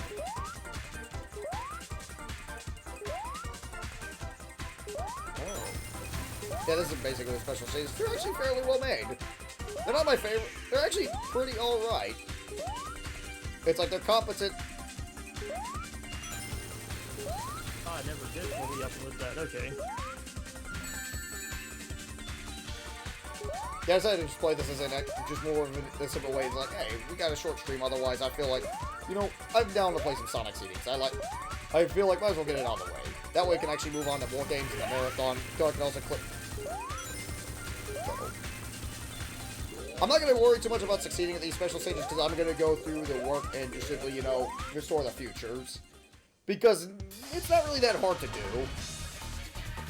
I will say this, regardless of my opinion at the end of the game, this game's soundtrack is fucking amazing. Yes, it is. Like, Sonic CD has, like, some of the best, has, like, arguably the best classic game soundtrack, I would genuinely argue, next to 3 and Knuckles. Gotta love that CD quality audio. Oh, yeah. And it's so cool that this version... Yeah, as far as the other games on the Sega CD, This is, like, the only real Sega CD game that, like, James Rolfe said it best. This is the only real memorable game I can think of off the top of my head. Yeah. Because most of the other versions are either really decent ports, like, you get a good Earthworm Jim port on Sega CD, totally, like, Earthworm Jim Special Edition, which is, by, like, for all intents and purposes, yeah, which is, for all intents and purposes, the definitive way to play the game, but it's also on Windows 95. And special edition on CD is extremely expensive. Yeah. But hey, that's what emulators for. Because Sega CD is super easy. There's also the Eternal Champions Challenge on the dark side, but honestly, that's only if you're into Eternal Champions. Which even then, it's like I have a hard time genuinely. Announces a like imagine because of this like recent like super big video game hype lately, Sega just randomly announces that alongside Virtua Fighter they bring that back too. Dude, I would love to see a new Eternal Champions with like complete blood and gore like Challenge of the Dark Side had. So I love the full motion video ending. Full motion video. Oh, if they had like Tekken style FMV endings, that'd be fucking hilarious. I think they. Knuckles Chaotix is honestly really debatable if it's decent or not. I'm gonna be very frank, because I played it, I didn't really like it, honestly. How long ago has it been? It was like about like a few months ago. Like this was like fairly recent. Because I had a few 32X games downloaded, so I'm like, okay, we can finally play Knuckles Chaotix. And it's like, yeah, it's the only really notable game on the 32X, but honestly, that says a lot more about the 32X. Well, I mean, yes. I mean, the problem is, like, the game's also way too damn easy, also. Also, there's also... Like, it feels like a very weird, like, proto-Sonic Heroes. Because of the tether mechanic. Oh yeah, it gave us the Chaotix, but I feel like they became more fleshed out when when Heroes came out, though, to be fair. That was, like, way later. Yeah. Heroes is good shit, though. I genuinely do fucking like Heroes. Heroes is a good game. Yeah, Heroes is a good game, but the special stages, the Emerald chasing, it's kind of an ass. Honestly, I did not have a big... Like, they're not the best. Oh, those are the Metal Sonic holograms. Those are just optional to destroy, but they're cool. But yeah, we've ensured a good future for Palm Tree Panic. So there's one in each level. Yeah, each level, except for the boss levels, but that's because, you know, they're a boss fight. Act 3 is guaranteed. Act 3 is where the future is solidified for each stage, essentially. Alright. I'll be right back. So here we got a good future, where it shows that technology and, where technology and the environment are able to work in harmony.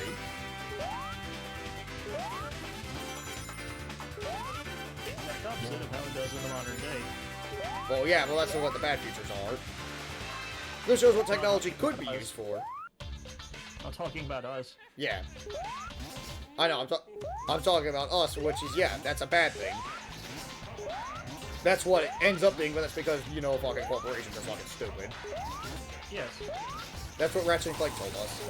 I will say one major criticism I'm gonna give this game. The boss fights in this game suck ass. Like, they are just way too damn easy outside of, like, maybe, like, one or two fights, which are actually really good. But almost every fight is a pushover.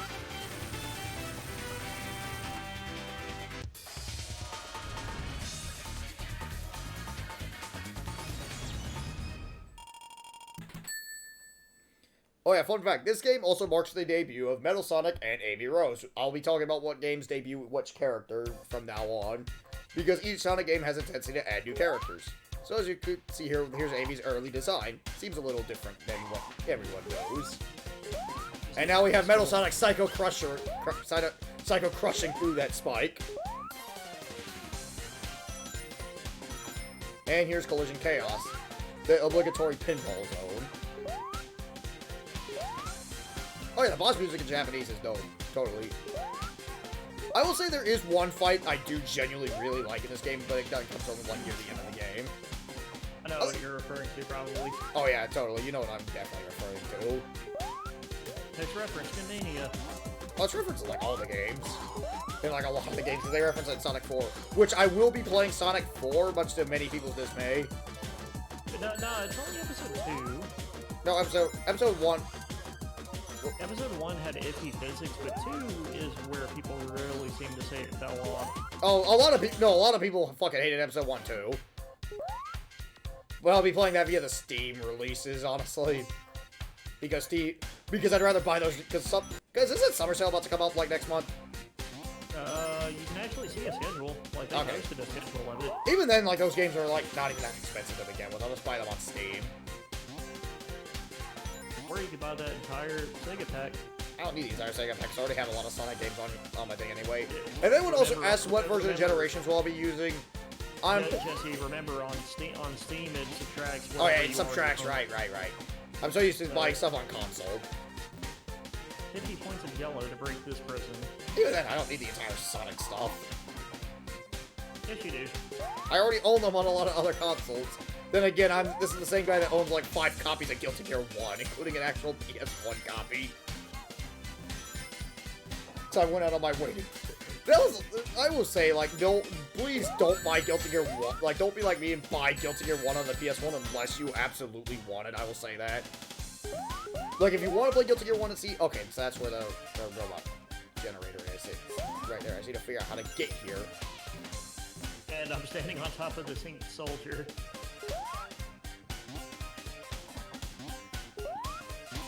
I keep seeing future signs. I don't want a future signpost. No, it does not. It deactivates... Okay.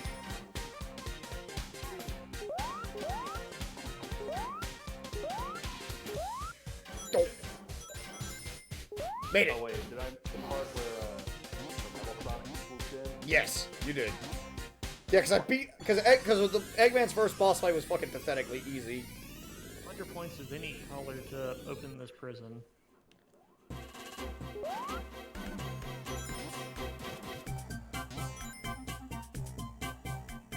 Luckily, I remember where to go, which isn't too hard.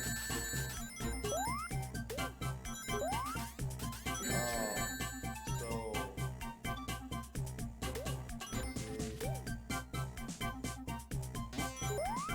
There we go, got that deactivated. Now we can go up here. Deactivated. Awesome.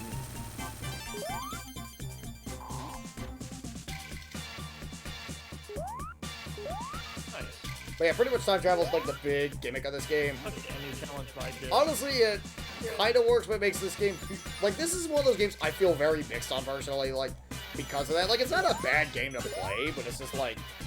It does get a little tedious sometimes, but it's still a good 6 out of 10. Like, it also helps that you can play this game for, like, dirt cheap from like, stuff like the Steam release or the iPhone release, where it's like a good cheap, like, I think the game goes for, like, $5 on digital platforms, so it's like, if you want to play it, it's a harmless $5 to spend. $5 a month! How do you have hours to watch my content? I need that money, I and really not do. I need $5? that money. I know Like, it's here's the thing, dude. That entire time I still think about that, and I'm like, dude, even Phil's not like that. Thank you for at points to convert this tower. Yeah, Phil's not like that, but LTG is. Careful, he might stalk you. yeah, Loser God just sounds like a fucking loser. Did you see that video? He's not a loser, he's a fucking psychopath. The crazy thing is, though, there's people that encourage him and think Yeah. that he's in the right. Well, yeah, that's what happens when you have, like, someone that charismatic. Because the thing is, LTG is a charismatic figure. He is probably the biggest supervillain. Yeah, he's in a, the FGC. yeah, like what my friend Miles just said over there, he's a cult of personality, essentially. Definitely. Yeah, when it comes to Loser God though, it's just that I fucking hate him. Like, We all do, we don't like him. Who the fuck? Why would we like him? I stand DSP, everybody! I have my Phil body pillow!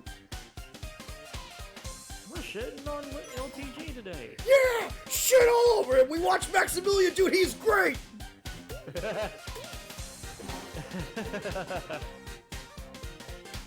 I like that. He is mentally touchable. Thank you, River Slinky. Thank you, that's a great one. Mentally touchable. Luckily, we know where to go. Ah, shit! They blocked that off. Fuck!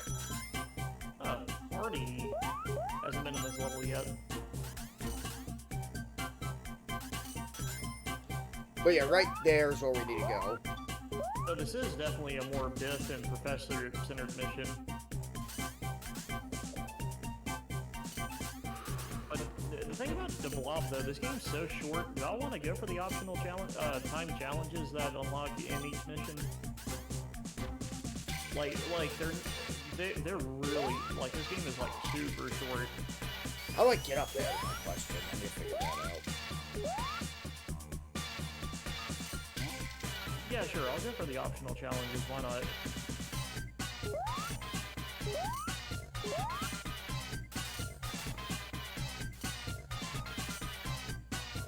Okay, we're getting speed. We're getting speed. I'm speed. I'm speed. I'm speed. Grabbing juice. I'm speed. I'm speed. I'm speed. Gradients liberated. Where are they? Okay. Nice. I love like some edits people are making like with Lightning McQuaid's catchphrase because you know like how it goes in the movies. I am speed. I am speed. Some people just been like not spacing it at all, so it's just I'm speed. I am speed. I am speed. I love this one meme that one of my friends posted of Minato. It was the average human life expectancy is 40 to 40 or 80 to 85, and you speedrun it in 24. Yeah, how do I get up there? Ah! Now that's a dick move game. Oh, it's on a game with cheap shots. Count me surprised.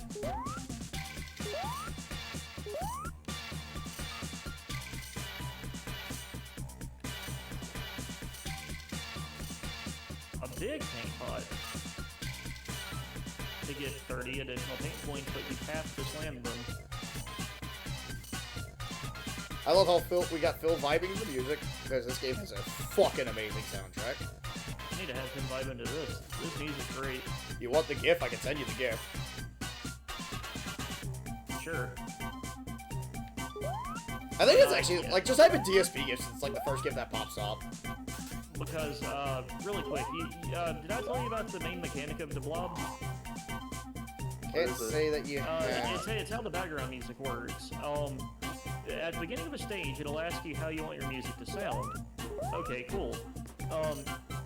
The more you fill out the stage's colors, the more filled in the music gets, but also each color and combination of colors. Star associated with Speedway different great instruments. soundtrack. Totally Riverside. Oh, okay, that's pretty cool. How do I get up here? No, it's not Wacky Workbench. We're at Collision Chaos. Like, I'm just trying to figure out how to get up to this. Because I know where the fucking thing is. I gotta go up here. Oh yeah, it's the tank like, mini boss. This is in the tank. Oh wait, I got an idea. I see somewhere else I could go from. You'll need a lot. Yeah, you definitely gonna need a lot of paint, but how much? 100 to slam it. Yeah, that's cool and all, but I can't get past that one billboard. Okay, I got it now. I figured it out. Alright, Okay, got it. There we go. Beat it. Good future, I'm sure. so, Oh shit, we got 5 minutes left on the clock. Let's get out of here.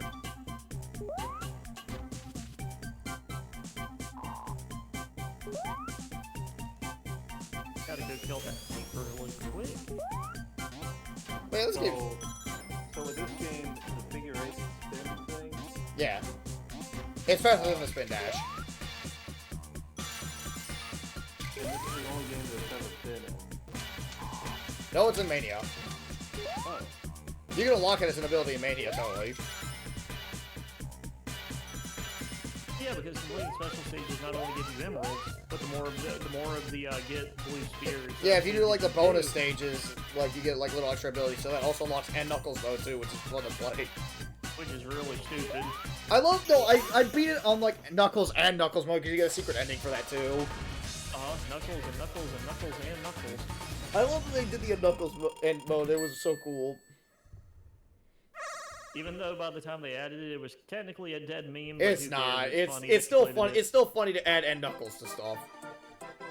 So I can't wait to play Guilty Gear XX Reload N Knuckles. Freaking Atlas Twitter account made a joke about that when they announced the Nocturne remaster. Shit, Megami Tensei N Knuckles. Yeah, it was just like no longer fit because they were kind of poking fun at the whole thing of like Dante can't be included due to licensing reasons, like day one. Oh yeah. So they made a joke of it. It's like we got a new crossover. And of course. It also helps it's like it's a very harmless being too.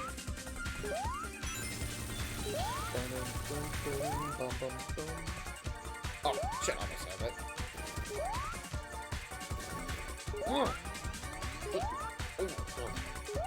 Got it! Awesome. But yeah, that's how you get time stones. Like I said, I'm not gonna try to collect them all, but hey, they're actually special stages done right. Sonic will become Thanos.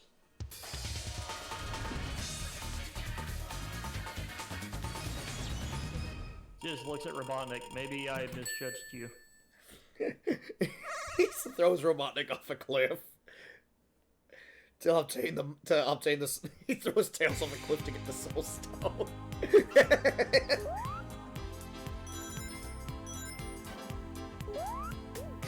Yeah, actually, what is Sonic?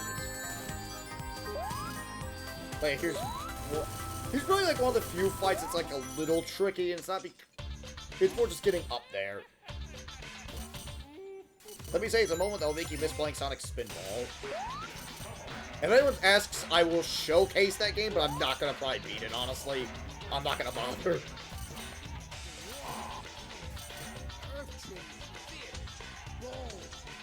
Like, I'm still thinking about if I should cover Sonic Spinball personally. I know I'm gonna play Mean Bean. Mean Bean I'll definitely play. You already did. Well, yeah, but I didn't play on channel. I didn't play on chat yet.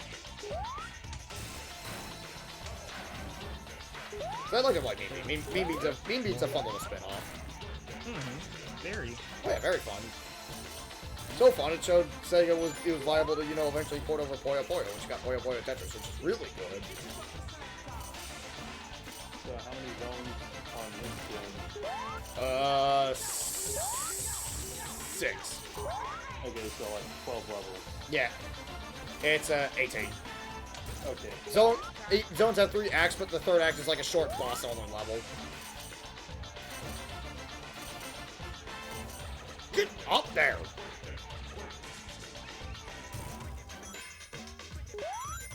Pink landmark. 50 yellow. Fuck! Get the fuck up there! Green. Got him. Then now he runs away. Get back here, fat bastard! Alright, next up is Tidal Tempest. No, there's 7. There's 7 zones. I miscounted.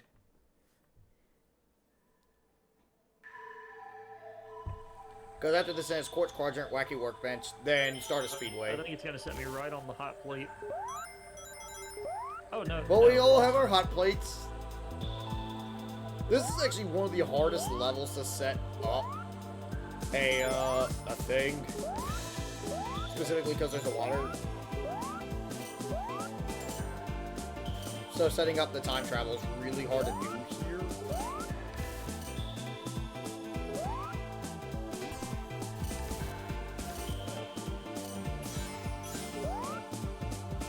Nice. Like, I personally think it doesn't really help, like, setting up the time travel and getting a pain in the ass in this game.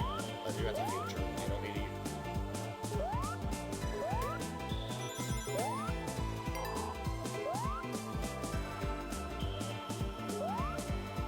Come on, where's a pass?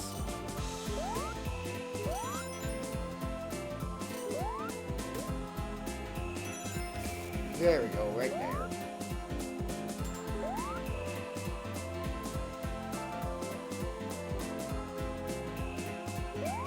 Right here, awesome.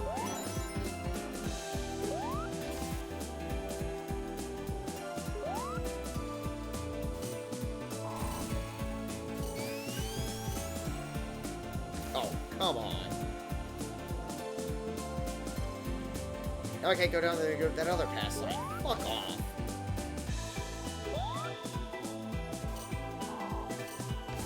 Fucking hate the time travel mechanic. Like, it was cool on paper, but the problem is setting it up is the worst. Like, the only real guarantee you can set them up is if you find a... At least this place isn't Labyrinth, so I don't remember this. So I think the hardest level to do this is actually Quartz Quadrant. Not Quartz Quadrant. Quartz Quadrant, I remember it being fairly easy to set up the time travel. But it was, fuck. I forgot. Wacky Workbench, because Wacky Workbench, there's like actually one spot where you... Oh, this doesn't have the drowning music at all.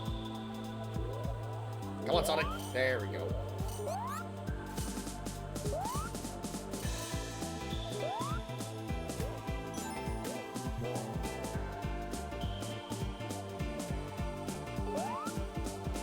No, I don't want to go to the future.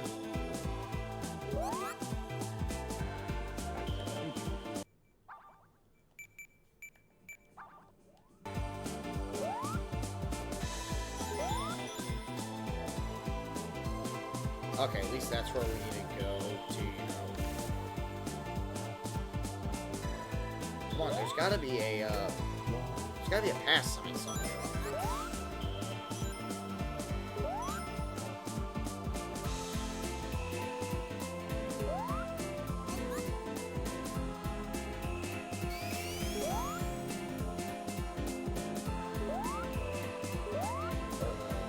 Where the fuck is a pass sign?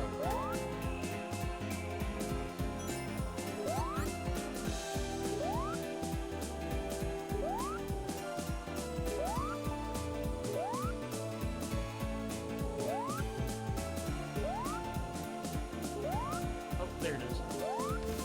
Awesome. Please tell me there's a pass sign nearby. Oh! I'd probably just have recommended the best thing on YouTube. Go on. Alright, so you guys know how shit those rabbit stories right? Yeah, Mockbusters, yeah. Yeah, we watched them. Okay, so Alongside the I greatest found movie ever, Glidoformers. Dr. Eggman voices that main rat. Precisely! I hate that. Precisely! Why was I cursed with this knowledge? Precisely! Precisely!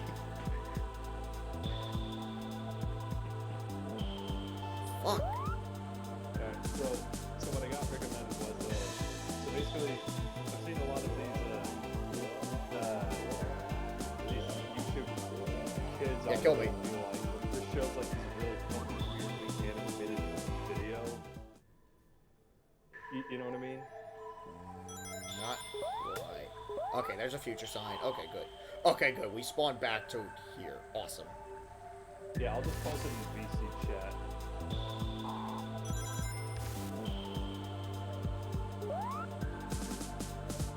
It's just bizarre. Alright, got it. Okay, so we get 2 shots at the past. Awesome. Now let's set this up. So, do you remember how there's like all those old like flake McDonald's advertisements that make the toys look better than they do in real life? Yeah. That's digital advertising for that, yes. Well, you remember The Incredibles, right? So, Yes. Well, not you just because you're playing the game right now, but I can check it because I do dual. My thing's dual monitor. okay. Okay, Yeah, good. If it's fun enough, he can show his chat. Yeah, it's just, Yeah, if it's an image, I can totally show the chat. Oh, speaking of Toy Story, take a look at this one. it's just video. Yeah, no, we'll save that for when I'm playing a game that actually rips off Capcom. Oh, okay, I can't show that because it's a video. You can take a screen grab. Let's see, we're gonna try to find a spot to safely use that. There we go.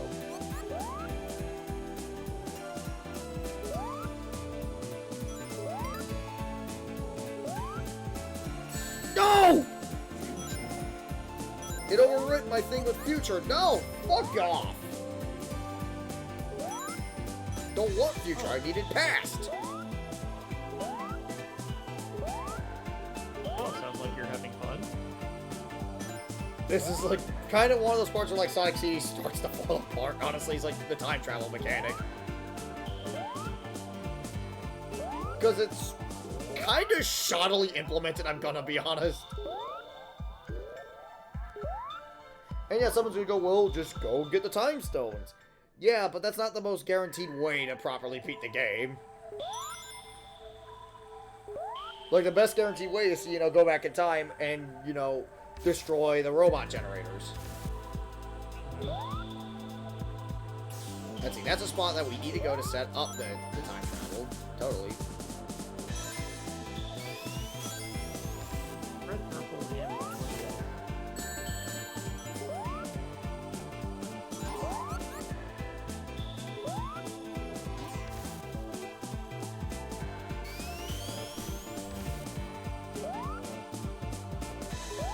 Luckily it did save, so I need to reload my save. There we go, made it.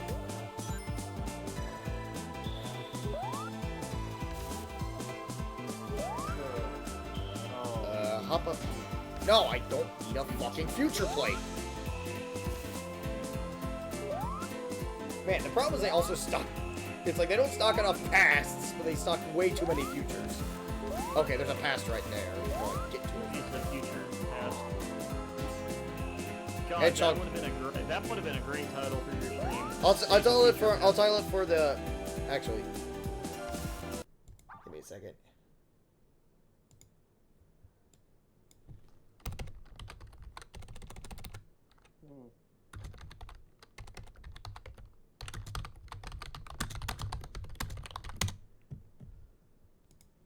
There you go. Thank you. Duty noted. Avoid activating that. There we go. That way I can actually deactivate that. And there's a spot safely right there to where we can go in. Yellow and orange.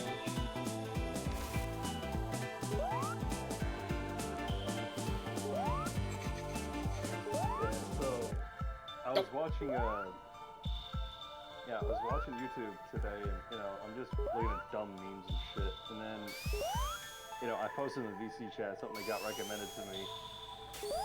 I was laughing so damn long.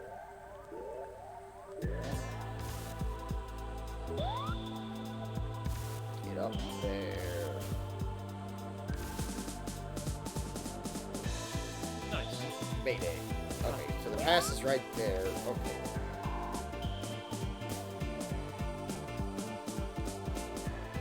Hercules, that's all the challenges in this area.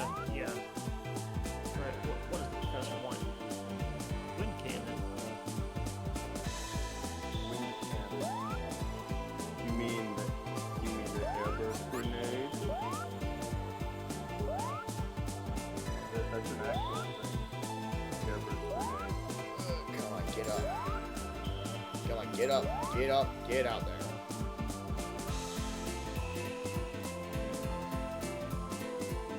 Like, you know a game that I vaguely remember? What? I Stop. can't really describe what it even was. This game on Stop the PS2 going in called fucking Getting- circles! This PS2 game called Getting Up. I think it was a crossover with some like street artist or something. I can't remember. Yeah. That's it, I'm gonna go just reload my save. That's just gonna be too much of a pain in the ass to go back. That's it, Yeah, we're gonna reload. I'm, That's not a rage quit because I'm not quitting the game. Yeah, I think I'm gonna. You hop off? Yeah, I think I'm gonna hop off for now. But good luck with finishing this game, Alright. dude. I should be able to finish it tonight. This game ain't too long. Alright, see you, man. See ya. I'll be here to listen to you suffer. Alright, get that. But I'm glad the Sonic-a-thon is already off to a pretty decent Oh yeah, start. totally. I mean, yeah, Sonic 1, we didn't get off the special stage, but I made it clear even up front. I'm like, yeah, this is probably not likely gonna happen. It's a good thing I picked this one instead of doing Sonic 2, because Sonic 2 it'd be mostly just be, like, I'd still be on a few fucking half-lives right now.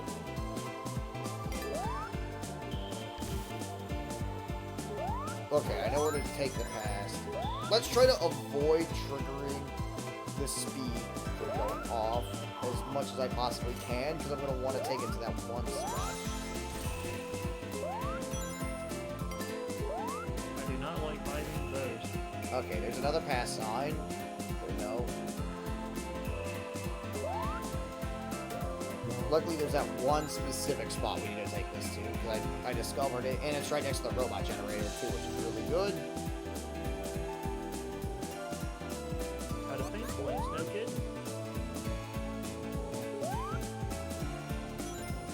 And it takes us right there, which is awesome. There we go. Wah! Oh, good. Good, it wasn't already inactive. Okay, good. That means we can travel. 88 miles per hour, bitch!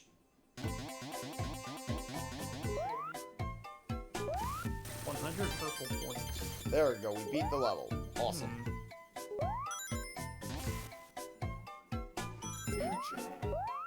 No, you get the hell out of here.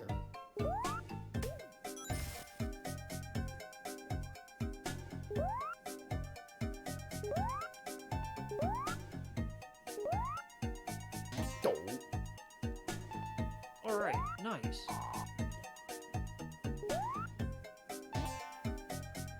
Oh, there you go.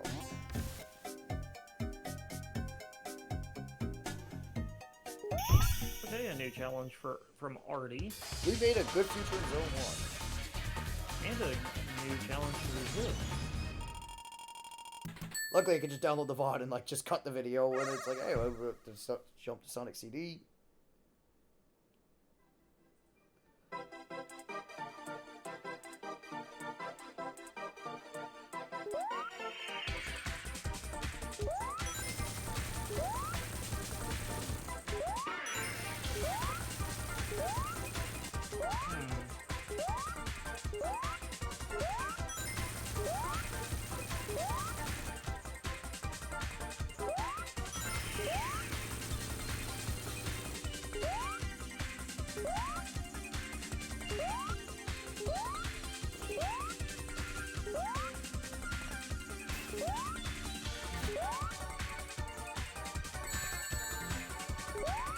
Alright, where's the last UFO?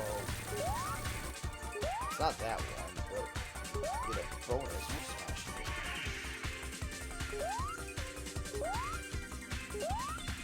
it. Oh no, it is not that.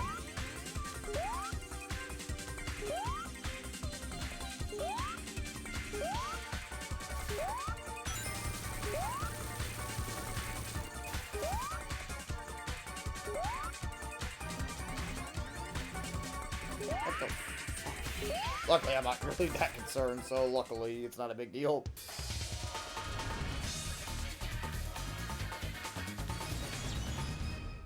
Okay, an extra life, awesome. And nice. Finished Artie's challenge and liberated some more gradients. Oh, I need to show off that. Nah, well, I'm not gonna show off the Easter egg, but the three, like, if you wait 3 minutes, Sonic immediately just ends the game. I'm out of here. Yeah. The problem is you have to wait actively 3 minutes in real time, and I just do not feel like doing that. Do it at the end. Just load up a stage and do it. The problem is you have to wait 3 minutes in real time. Well, I mean, apparently certain people do that. At least you'll have it on the VOD just at the end of the stream. Just go back and do it. Oh yeah, I can do it for the end. Oh yeah, to end the stream. That'd be a good way to end the stream. I could use it as a way to talk about like what I'm gonna do for the rest of the week anyway. Yeah. So yeah, that'd be a good way to pad out that.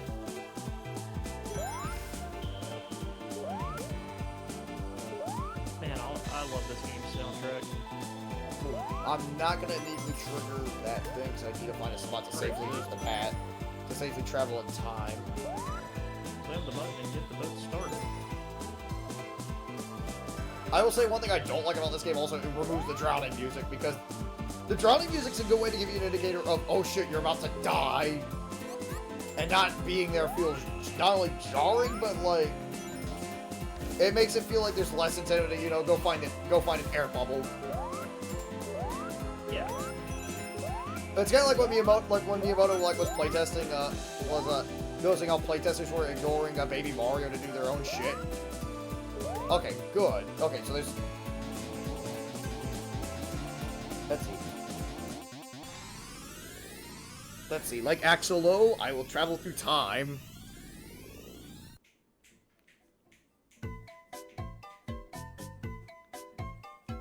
Okay, they're just about to go right to the future. Man, imagine someone does that, it's like, okay, made it to the past, like, oh shit, I'm back in the future.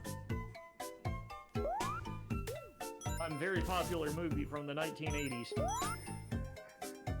Hello, McFly! Who's been messing with the space-time continuum? Don't forget, Biff is the voice of one of the masking. Oh yeah, he was. Hello, Fuzzhead. What are you looking at, Fuzzhead? Yeah, what are you looking at, Fuzzhead? Oh, he's just such a fucking school bully in that too. Oh, the problem is at the court. Play your strengths. Oh yeah. Though I will say, Wrath of Cortex's writing is the most hit or miss shit ever. Yes, it is. Cause you get some decent. But dude, I love Arlie Ermey just immediately. I'll fix that engine problem of yours. Remember, he just screams that at you and then disappears. That's how they start the stage. Because the problem is also like Arlie Ermey's character like blatantly goes, "Stay out of my levels." It's just like, wow, it's like they're trying to do like the fourth wall breaking charm of like Rareware, but it just does not have the same effect like at all. 100 pain points of any color. Alright, got through the level. We beat it. Awesome. Good future. Oh, I'm already at 100. Wacky Workbench is the one I know it's gonna make us our bitch. Turner feels like, yes. So it is John Romero. John Romero as his own. Will I be playing Daikatana down the line, anyone? Probably. I do have it on my PC because I bought it for $1 alongside Drake of the 99 Dragons. Wait, what happened? Did somebody ask you about no, that? I decided to preemptively answer that in case anyone was gonna answer. Like, oh, did you ever play Daikatana? Because I played Doom back in the day. It's supposed to be a fixed version. Well, you have to install a mod. Yeah, but also, hey, I'm not installing a mod. I have to play it pure. You can play with a more traditional controller too. How cool is that? I use keyboard and mouse. That's what I'm saying. But you don't have to use the N64 controller. Oh yeah. Well, that's if you're playing the N64 version, which was rental only for some reason. Also, was it? Yeah, it was Blockbuster exclusive. Because by the time the N64 version was about to come out, the PC version already came and went. And you know how well received the game was already to begin with. Yep.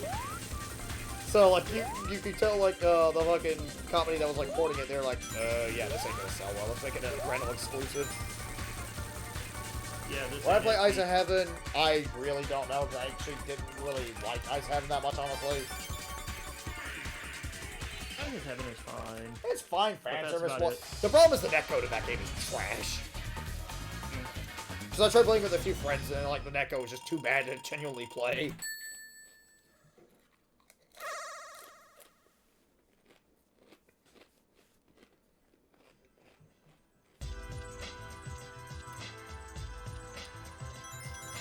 But no, Ice of Heaven isn't a terrible game for sure. It's just more I just didn't like it.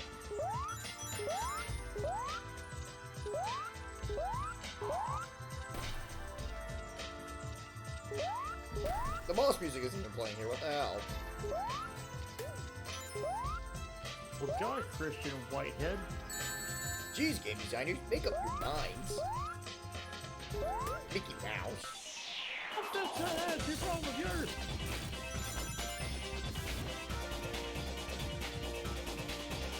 Oh no, now this is where the boss music starts.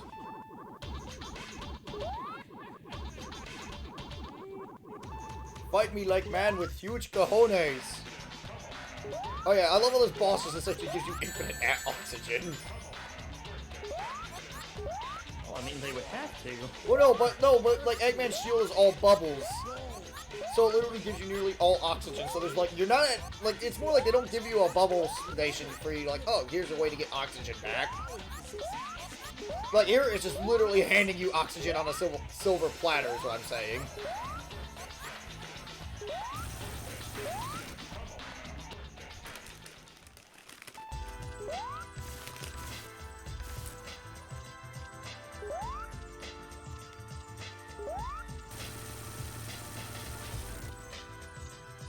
Also, before Now anyone it's asks, gold I'm medal. probably not gonna play Jump Force. I own that game, but that game crashes too much for me to consider playing. Oh, we could probably do a night down the road where we just kind of shit on it. Oh, who's here? Oh, hey, Rev. I'm playing Sonic CD if you want to watch. I'm live streaming Sonic CD. Say hello to the lovely chat. Porch Roger's Present is probably like one of my favorite songs in the entire game. It's pretty good. I just imagine Sonic just tap dancing with a fucking hat and cane to this. I don't know why. Oh, doing the frog. Yeah. Or just Eggman doing fucking Cossack kicks to this. Different one. Eggman doing that fucking Russian dance to this. Fucking... You dance well, Mr. President. And I'm live streaming the Blob 1.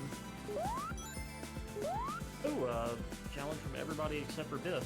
Where did Biff even go in this level? It was about rescuing him from prison, and he only had like 2 challenges max. I gotta find a place to set this up.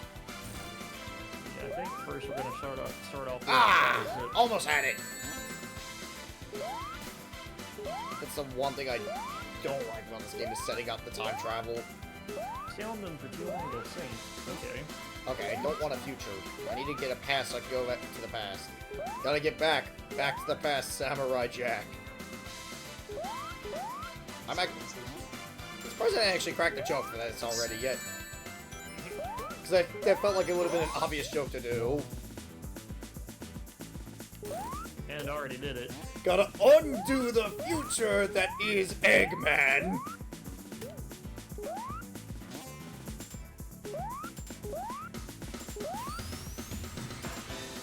I like how Zip's challenge in this world is just, okay, go over here, and now come back to the center island. Okay. And you run to a challenge of his, and he's just like, okay, now go back to where we were.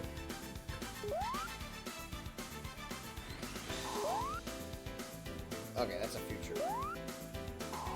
Oh boy, where the fuck do I go to get a pass sign? Stop, there we go.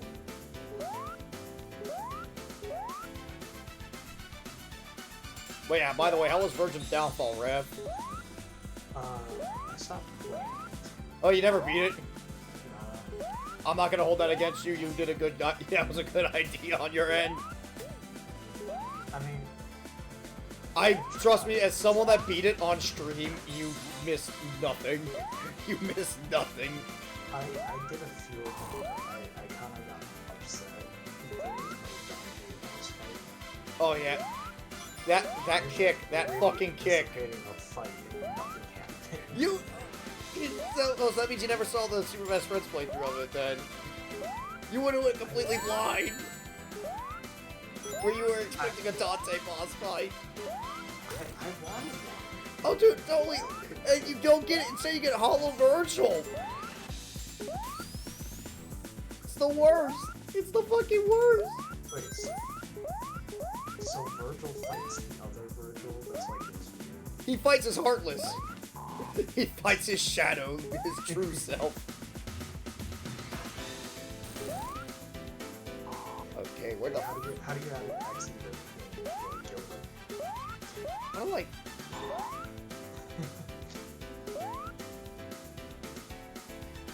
Shoutouts to Gilbert, by the way. I am also planning on playing through Shadow the Hedgehog, but this is also down the line. Damn, not here. He's really excited about that. Because he's gonna try to Because I get to shit all over the game! That's like... Oops. It's not. The It's not. gameplay is pretty okay. The multiplayer fine. Yeah, like I said, I think the design of those... The multiplayer of that game was actually pretty fun, not gonna lie. I hate that they were all shadow. Well, yeah, because Sega wouldn't let Sega didn't want Sonic holding a gun. Their designs look pretty neat, though. Oh yeah, the designs of the fucking Shadow androids look cool. I'm all Shadow. No one can be Shadow. I'm already Shadow. Shadow Roleplay Club. We need a Black Doom. Yes, we need a Black Doom. No one be Shadow. I'm already Shadow. Yeah, I remember doing Shadow the Hedgehog like, at a friend's birthday party. I don't know Interesting way to experience that. I don't know why we chose it, but it's like we just played the multiplayer of it. I just remember like dying instantly in lava and hearing the Shadow Android go, damn, not here. It's like, I always like to make jokes about this, but it's just like, it feels like there's just the virgin Shadow the Hedgehog versus the like this virgin, you're going straight to hell versus the Chad, I'm gonna kill Praxis from Jak 2. Oh, come on! But yeah, there's been a lot of that in this playthrough so far, by the way. Yeah, because it's so annoying. I'm gonna restart the level. Oh, you make me so angry. Because the problem is, like, setting up the time travel is the worst thing to do in this game. Because the last thing you, because the problem is it's so easy to go, okay, I almost got it, and it's like, oh, fuck, either you hit a future sign or something hits you and it interrupts you as you're about to travel to the past. Which is funny, because remember, you gotta remember, back in the day, everyone, like, before this game was, like, widely available, everyone was, like, hailing this as, like, arguably the best Sonic game of all time. Yeah, now it turned into just, it's alright. Yeah. Well, part of it's because, like, again, it's worth pointing out, Sonic CD used to have a mythical quality to it, I'd like to point out. Well, it's because nobody owned this. Yeah, no one owned a CD, and it was one of the few good Sega CD games, too. It was literally just Sonic 1, the expansion. Well, yeah, it really is. And the music's really good, too, to be fair. Like, the music's awesome in this game. I mean, yeah, I ain't denying that. But it's Sonic. Most Sonic games have good music, except for that one game for the DS, the one that, like, got Sega sued. Oh. Because Ken Penders is a little bitch. Oh yeah, I can't wait to talk about him. I cannot wait to talk more about Ken I was Penders. gonna say, it's probably Dark Brotherhood. Yeah, Dark Brotherhood. It's Dark Brotherhood. It is Dark Brotherhood. The one that BioWare did. Yeah, that's... Yeah, I know we're talking about. Dark Brotherhood, I cannot wait to shit on Ken Penders. I am not playing Dark Brotherhood for the record. I really just did not feel like playing it. From what I hear, the game's not really worth talking about outside of that. It's just such a weird, like... It's a weak RPG, but it has good characterization, but that's about it. Also, that cutout text box that just randomly says, haha, holy crap, I'm a disembodied voice. Alright. Nobody knows what it belongs to, but that's in the files of Dark Brotherhood. It's just that random piece of dialogue that says, holy crap, I'm a disembodied voice. I know a friend of mine had it, but that's about it. My first Mine exposure was to weird, that, too. Yeah, Like, Dark Brotherhood just, to me, was just that game that existed, and I find out years later in high school. Like, it was like in my late high school, I'm like looking up that game, because I'm just like... And I just find out that there's that this game ends up being like a massive, like, unwitting instigator of doom. All because of Ken Penders is like, oh no, they stole my Knuckles ripoffs! Yeah. I want to shit on Ken Penders so bad. I just want to shit on Ken. Y'all know, like, the Scholastic thing? Yeah! And, you know, they always, like, you know, like, they whatever, Oh yeah, see what you can buy. Oh yeah. Yeah. That is how I first found out that game existed. I saw it in, like, the pamphlet. Oh yeah, because they sometimes sold games at those bookstores. Right. Yeah, like arcade. Oh yeah. They're mostly cheapo PC games at Oh the yeah. time, but Yeah. I mean, sometimes you can find good shit there. Like, I remember one time they had Lemmings Paintball, which was like one of the only way to play some of the Lemmings games. Man, I gotta find a spot to I set up. couldn't hear what either of you said. One at a time, please. Oh, I got a funny story to tell about one of those bookstores I bet. Go on. Not it. It's actually also how I discovered WiiWare. I was in Walmart with my parents, and it was Christmas time, and they were advertising Dark Brotherhood as a Hello, who's here? Christmas PS game to have. But what happened was they also mentioned getting an eShop card for the eShop, and randomly they played a clip of Strong Bad. Like a clip of Strong Bad School Game for Attractive People. Which is finally out also again for other people to play. Yeah, it finally got relisted on Steam again. That's a future sign. I don't need that. But it's just weird. I had never heard of Strong Bad before that, and then I was like, oh, this game looks pretty cool. And then, Never heard of Strong Bad before? Not before that, no. That's so odd. Like, I knew who Strong Bad was back in, like, when he was just blown up. Like I said, not before that game I didn't. Honestly, I had no idea who really strong that was until like 2016 probably. Like I started watching Homestar Running more when I was in middle school. It was just awful. If it wasn't, I remember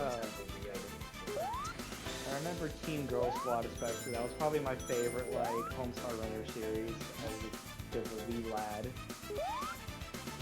Come on, there's gotta be a spot to set up. There's gotta be another cast. Okay, yeah, that's not it. Damn it. Anyway.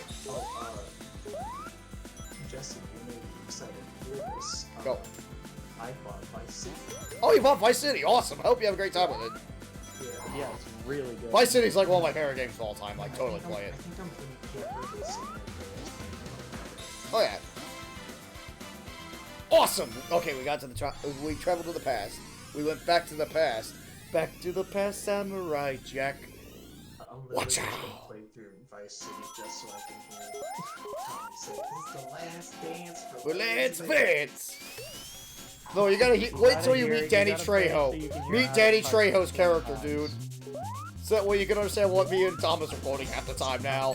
Because me and him always love to quote the famous battle cry of fighting like men with huge cojones. Oh, yes. We are going to fight like men! Miles, but I have no trophy. So you finally got Notre? Oh yeah, but go back to the book club thing, because I want to talk about, like, the weird book club topic. You want to know what's, like, one of the biggest scams I ever bought at a book club? I mean, not the book club, the book fair. Sometimes, like, you know, like, they would sell stuff related to games, so I, like, usually I would buy the Pokemon books, which were never scams. Those are actually really cool. This kid... Yeah, the cheat code books, I'm getting to that. Yeah, the cheat code books, those are the worst. Oh no. Those are the fucking worst. Because I remember as a kid, it was like, my dad, like, it's one of those things where I really should have listened to my dad about not buying those, because my dad's like, well, you could use the internet. But as a kid, I thought, but these are made from the people that know the secrets. They'll, like, find the cheat codes that are on the internet. Like, I thought these were, like, written by these omniscient gaming gods. You poor child. So I bought it, and I'm like, okay, time to find those Kirby and the Amazing Mirror cheats that'll give me, like, ultimate god powers. And I looked through the whole thing, I'm like, I wasted $10 on this. I could have bought a Twisted Metal with that. The way he worded that, I literally just thought of the sacred text. Yeah, it's like the worst. It's like, I bought it, it's like, finally, now I can fucking utilize the ancient forbidden codes that the game devs don't want you knowing. You gotta love whenever they were just trying to fill space too, they would just give you general tips about the game. I think, or like one of the, like the only use I ever got out of it was that it gave me the F-Zero X unlock all code, because I eventually bought that later on, and I just dug it out because I was too lazy to go to the internet to look up the code. Or that I use it, or I use it to like, to skip to the end of Mean Bean Machine as a kid. But it's like, man, that was like the biggest waste of fucking money, because you can tell they also blatantly just copied the fucking shit from IGN, because they got some of the codes also wrong. Because they got like one of the Mean Bean passwords completely wrong, and you could tell they like just plagiarized it from the internet. Or it's just like, most of the codes are like for games also that kids probably wouldn't even fucking play. Like, because they were for like the really shitty licensed games that, yeah, maybe a kid might own, but they weren't for like they weren't like giving tips for games that I was actively going to play. Man, that was like the worst thing I ever spent money on as a kid. And it's not even like a strategy guide. Strategy guides aren't waste of money. Strategy guides are actually, you know, genuinely helpful. Sometimes. Oh yeah. They can be. They have the capacity to be. Okay, Quartz Quadrant. This is where one of the puzzles falls apart. I'm trying to remember if it's this one or Quartz Quadrant 2, where you literally have to go to something that looks like it'll kill you to get to the past. I mean, not go to the past, but... Oh no, Quartz Quadrant 3. No, Quartz Quadrant 3. No, we're in the boss zone. I forgot. Right. My brain melted because I was just trying to remember about that shitty cheat code book I bought as a kid, even though I clearly shouldn't have. Okay, this fight's easy. All you have to do is just run. Just run. And you'll see Eggman's thing, like, fucking just shatter. But yeah, Look, the Pokemon books, I think the only one I felt like was a waste was when it came to Sinnoh once, because it actually omitted plenty of mons, so it like didn't tell you about Rotom and stuff. And like it didn't really tell you how to evolve certain mons, so I was like, thought, oh, Happiny to get Chansey from Happiny, I need to evolve Friendship, until I found out from a strategy guide I bought later, it's like, oh, you just gotta give it a certain stone, like it has to hold a stone. And you have to level it up to like, I think, past 17.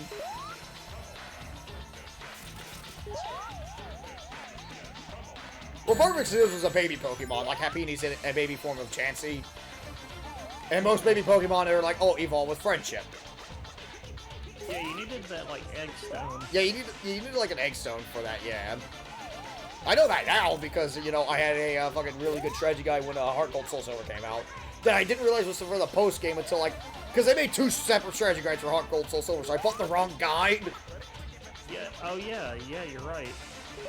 So I was like, so it spoiled me on the Kanto side quest and like the Kanto post game and like everything else. Still neat. Oh yeah, but it was just weird that there was like 2 separate guides. Where it's, well, thankfully the other one completely came with the decks and like told you everything they could do. So that is genuinely really helpful. Twice the money. And not only that, it gives you really good, genuine like battle tips in it. Wacky Workbench. Okay, this one has like one of the most devious fucking tricks, as I'll demonstrate when I go to the past. Trying to remember if it's this zone or zone 2 though that has like the really bad trick. I'm just casually going along into Blob. This game is super, like, I keep using this phrase a lot to describe it, but cozy. The Blob is such a relaxing Okay, that's a game. future.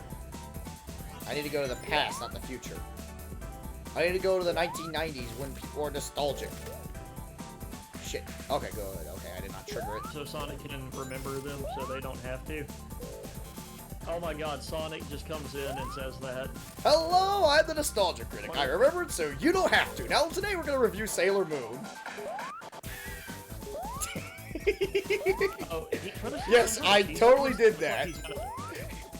It sounds like from a teaser on his Twitter. I Come on, Sonic, you got to review the wall. Make the wall album. It looks like he's reviewing Kingdom Hearts or something. Wait, it was what? A tweet. It was a tweet that he did where he's like holding a Keyblade, like rubbing his head with it. What, Nostalgia Critic? Yeah, it looks like he's gonna do something involving talking about. Oh god, Nostalgia Critic's gonna talk about fucking Kingdom Hearts. Can't wait to see how bad he screws it up. Maybe. Like, I'll have to dig up that. Dude, it's Nostalgia Critic. If he's talking about Kingdom Hearts, he's gonna fuck it up so bad. He's gonna be like, we're shitting on Kingdom Hearts today. Yeah, shit all over it. We have evil King Terrence lore. Actually, let me look that up really fast. Okay, I just cannot see Nostalgia Critic talking about Kingdom Hearts going well with anybody. Oh, have fun. No, wait, EMC4 is pretty fun. It's fun. It's not finished, but yeah, it's a good game. I like playing 4. 4 is a good game. It's definitely half-baked. Oh yeah, so, like, I'm not denying that. Like, but it's a good game. It's still worth a play through at least. Still, you know who plays a lot of just released it. No, he feels different than he should in 5, yeah. Yeah, because there's that secret. Look at that. Look, that looked like it could kill me, but it didn't. Now we're gonna need to know that for a few puzzles here. Oh, it's a Twitter video teasing the new video, too. Oh my god. Yeah, I'm gonna post this in DC chat. Jesse, take a look at this really quick. It's a silent video, but look at what he does. And look at the caption to this. Let's find some keyholes. Critic, Oh my don't God. touch Kingdom Hearts. I do plan on playing Kingdom Hearts also for the channel down the line. Man, you think Shadow the Hedgehog's gonna be a long playthrough? Well, Kingdom Hearts is a long game. I've played Kingdom Hearts 1 before. See, I forgot which one. Okay, that one. Can. Kingdom Hearts 1 isn't that long, though, honestly. I'm not marathoning Kingdom Hearts. Oh, God, no. Yeah, That'll be like long. Jeremy did 'em. Well, I mean, I could marathon Kingdom Hearts. It's just more like, I'm just simply saying, like, Kingdom Hearts wouldn't be that long of a playthrough. Kingdom Hearts 1's a really short. Kingdom Hearts 1's like is a standard 30-hour RPG. It's not that long. Like, it won't be that.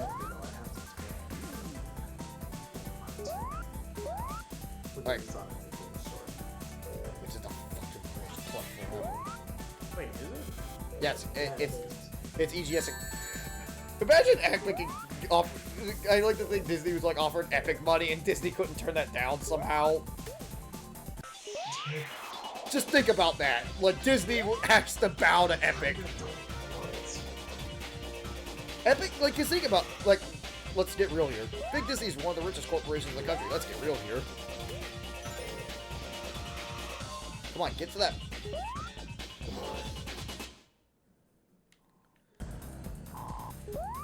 Let's see, what's a good spot that I can... 20 points to slam a jet bike.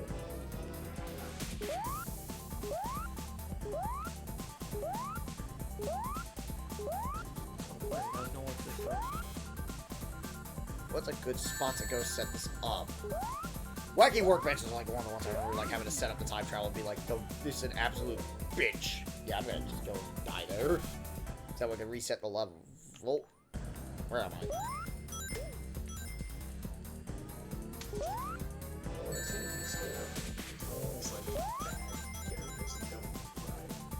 Oh yeah, he's so used to DMC.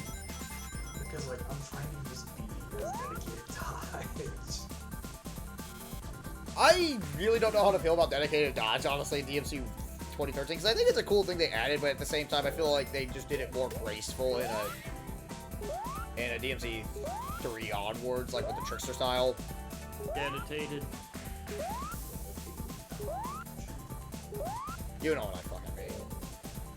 No, we're quoting this kid from a Wizards, like a WoW convention. I thought for a second it was like, oh, I thought it was for a second like, you guys know what I mean at this point. No, you've never heard of the dedicated Wham kid? No, I am not. Yeah, exactly. I don't play World of Warcraft. No, yeah, it was a kid from Minecon that asked a question about how much RAM does it take to run a server. I'm gonna go and restart this level. Because I just feel like I need to find a good way to set this up.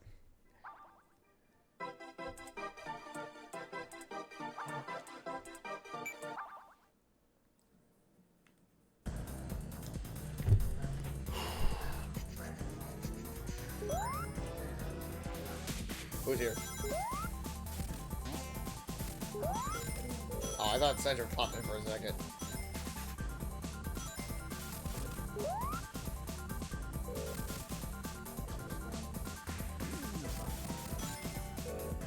Ooga ooga. Ooga ooga. Be caveman. Be soul cave guy. Your chat tuned into a very bizarre stream. Oh yeah, we never talked about Sonic. We spent more time talking about Curse the Cowardly Dog lore. Yeah, we did.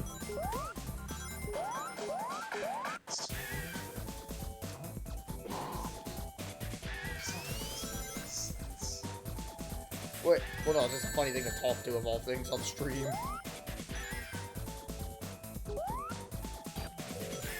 God, I fucking hate Wacky Workbench. It's like, I mean, like, people talk about how Sonic 1, like, everything after Green Hill, the game falls apart. I feel like Sonic CD has it actually way worse. Everything after Palm Tree Panic is just like, okay, outside of, like, maybe Palm Tree Panic and Stardust Speedway, almost all the levels in this game suck ass. That's a hot take. No, it is not. A lot of people argue Sonic CD has, like, some of the worst level design in the series. They're too open-ended. Yeah, that's the problem. Like, they suck ass.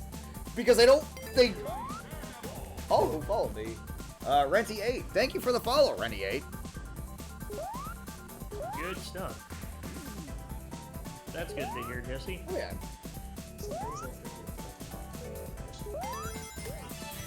Well, I mean, yeah, but as long as you don't get too personal, you're fine. Oh, yeah, we ain't too personal here anyway. Ah, shit. These jet bikes are supposed to be a much larger threat, but I'm just seeing them run into walls and crap. The problem is I can't set up the fucking speed here. Be careful, don't set up... Okay. I also feel like I hear the thing from Classic Game Room here in this level. You know, the record scratch from Classic Game Room. I miss Mart. No, that's a fucking blast from the past, me bringing that up. Classic Game Room. He's still around. Yeah. He's still around, but I believe he's talked about, like, he's changed his name so many different times in recent years. Like, like now he does, like, his own comic now called Jesus the Chicken. And it used to be called 80s Comics, and then it randomly got changed to Turbo Volcano. So I know, like, the second level, I think the second level where it's like the thing where the thing is hidden is, like, you know, very super obvious area, but the problem is, like, some of these areas, it's like a lot of these look like death traps, but they're actually, like, where you're supposed to go. Like, I only found that out, like, when I was playing through this back in, like, when I was, like, 15, like, by complete accident. Like, some of these routes, because they're, like, not remotely immediately obvious. Oh, okay, good thing I was starting the past. Okay, since I didn't go to anything, okay, awesome.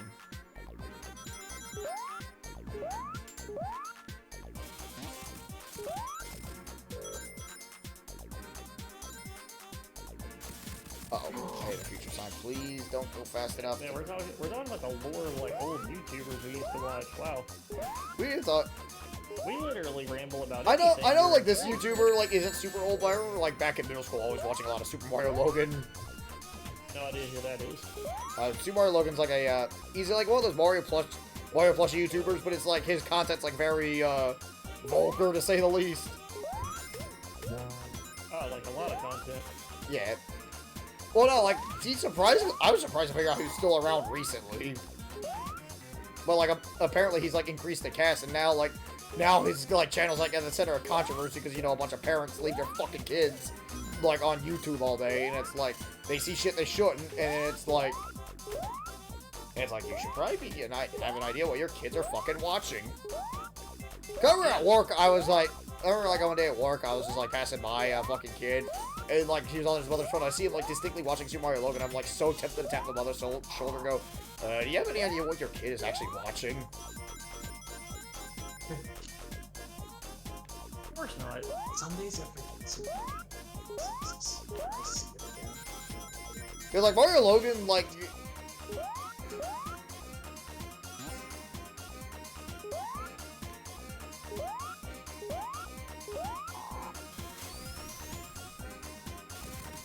That's where we go. Okay, found it.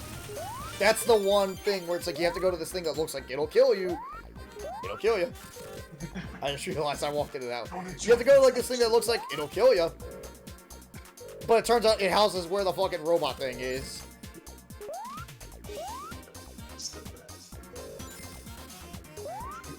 It'll kill you. Dante. I remember like a friend of mine asked me to make a meme with that with DMC2, so I complied, and now we always share that image sometimes. With like Dante just knocking out a DMC2 from someone's hand. I mean, I know it sounds funny for me to say, like, oh, it's hypocritical, like, it's hypocritical for me to say, like, oh, do you have any idea what your kid is watching? And, like, when I was, like, fucking 12, I was, like, always watching YouTube boobs. I mean, yeah. Well, I mean, YouTube poops weren't actively trying to scam. Super Mario Logan isn't a scam, though. Mario Logan's not a scam, it's just more... It's just content that's not intended for kids. Not that. Oh, YouTube Kids. No, this was not on the YouTube Kids app at all. No, this was just simply a kid that discovered... Just milk the algorithm. Yeah, yeah. No, I wasn't talking about that. No, Super Mario... I was talking about Super Mario Logan specifically. I wasn't talking about like shitty YouTube Kids channels at all. No.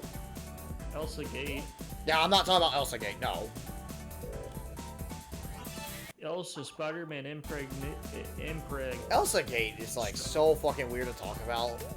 You won't expect number 8. You know, I honestly... You want to know what's honestly like so weird to me about that shit? Disney is like one of the most litigious comedies, am I right? Mm-hmm. And the fact that this fucking shit slit, like, I mean, I feel like I have to agree with Caddy, like, you know, don't let your kids use the internet, but I feel like at the same time, it's just kind of like, it doesn't really detract from the fact that these are designed to, you know, actively scam fucking kids and parents into thinking it's the legit shit. Like, you know, when he did that video of I ruined Peppa Pig for everyone? Yeah. Like, I feel like, yeah, his points are definitely valid in that one, but at the same time, I feel like it kind of...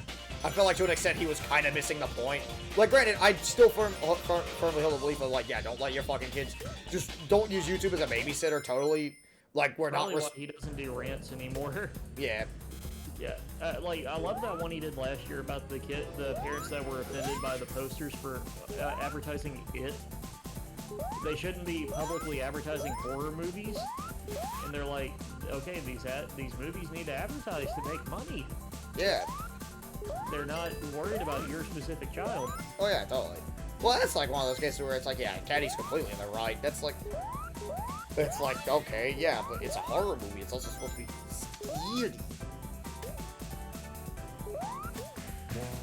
But I felt like that was like the one where I felt like with the YouTube kids shit, like when he was talking about, I feel like it's like, okay, I see what you're talking about, but I kind of feel like you missed the point a little bit of these. Because the thing is, it's like, these are scam videos. These aren't like just simply vulgar parodies that like, say, Robot Chicken made to like make a quick laugh. Like, these are genuinely designed to like trick parents into clicking on them by accident. Like, okay, here's Peppa Pig, let me put this on for you. Because sometimes it's... Remember, he does bring up that Peppa Pig has an official YouTube channel that's partnered with YouTube Kids. Oh yeah, no, like I felt like, again, he brought up genuinely good points in that too, but it's just at the same time, you know, I felt like he jumped the gun a little bit, is all I was just simply saying that time. But, again, that's only a slight thing. Like, the video is still funny, though, to watch. Because, especially, to be fair, he's just highlighting the sheer absurdity of how this was becoming a massive controversy, right, when he did his Peppa Pig review, Peppa Pig. Oh no, it wasn't just that, but also, like, his video was quoted on that news article. No, it wasn't. He didn't even bring it up at all. Yeah, he did. Oh, did? That's the reason why the video's titled that. Well, no, it was more because it was like he wasn't quoted in that at all.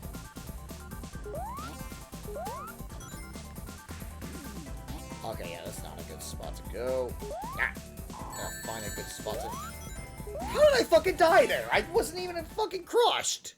Bullshit.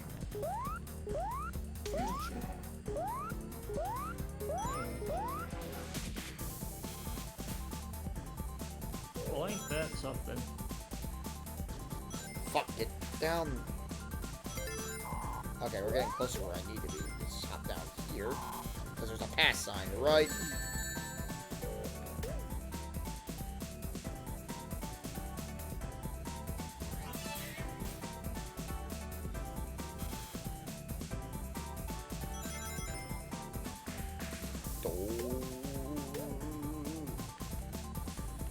Fucking hell. Okay, pass. Awesome. Let's get out of here. Okay, 50 blue points to change the depot. Awesome. We made it to the pass. Are you playing shitty games that suck ass? Maybe in a couple. I'd rather have a buffalo. Maybe in a few episodes he will. Oh yeah, we will. We will. We'll probably get to Sonic 06 before we know it, honestly, because I am definitely going to have to cover it now because it's just, I'm doing a Sonic marathon, so it's like, now it's like I have to play the over LP game.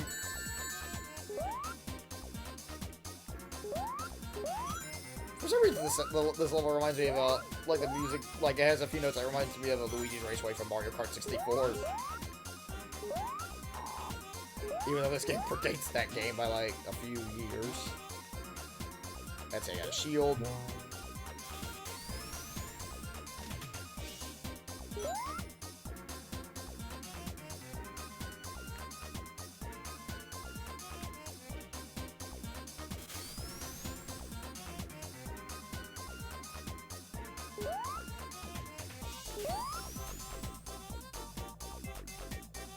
Man, what episode was it where the nerd broke the couch?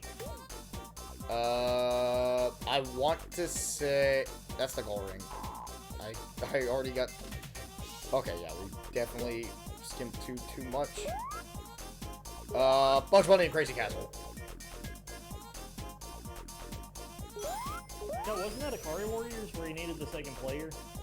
Well, he also broke it in Crazy Castle. Remember, he was like flung into the couch. Oh wait, no, he didn't break the couch. He like looked behind it and the guy was dead. Yeah, he found a Kyle Justin there dead. Yeah, and he brought him back to life. Yeah, so he could play Warriors. As Ralph and that way he could have Clark. No, no, get out of that. There we go. Good. I don't want me to go back to the future yet. Weird game.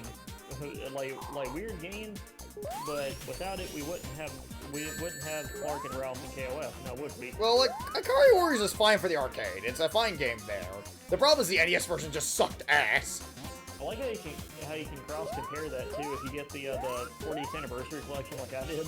Oh yeah, I've been meaning to because do it that. lets you pick it lets you, like, if there were multiple versions of an arcade game, you could actually play them. That's a cool idea. I wish more collections would do. Oh yeah, totally. There's the like you fucking play- robot creator thing. It's right up here. Because it literally was like, oh, you could play like arcade Ikari Warriors, or you can play the NES version. Like more collections need to do that, so Oh, you can totally. actually see the differences. Because you know, it's a really nice history lesson to really emphasize to people how different home to arcade ports were back Oh, yeah. then.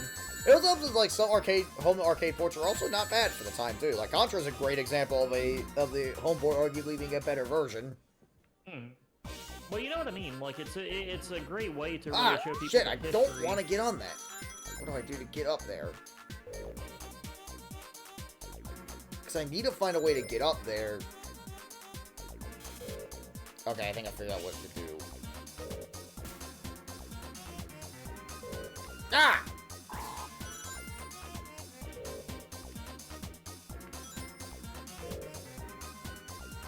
Let's see what needs to be done. Alright, 50 blues. Alright, we have... Okay, we've ensured a good future for Quark, or a Wacky Workbench. For Captain Quark, got it. Okay, let's not get hasty there. Quark does get a good future after all. Well, I mean, technically he does. Oh yeah, Quark becomes a good guy, but he sucks at being a good guy though. Yeah, but I love that even while he's good, Ratchet is still like, I don't know if we can trust you. Oh yeah, well, because he fucking worked for the bad guys. Multiple times. Well, granted, with Tachyon was more him just trying to simply preserve himself. Like, it is really worth pointing out Tachyon's the kind of guy that would easily kill Quark. Oh, totally. So that's kind of a case of, to be fair to Quark, you could genuinely make the argument if that's just a self-preservation. And honestly, and even then, he only worked for him as a mole. Because he was actually relaying information to Ratchet, too.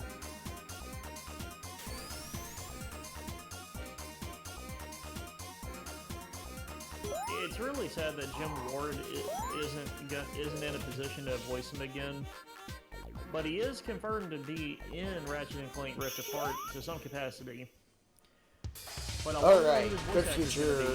Zone 2. Because Jim Ward is going to be tough to replace.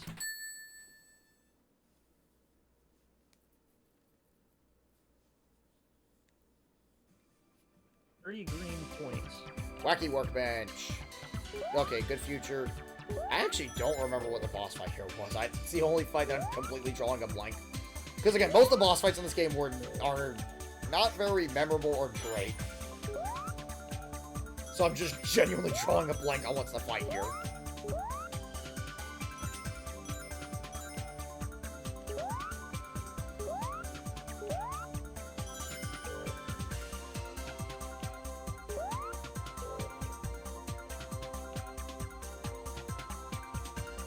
Okay, we made it. Oh, I remember now.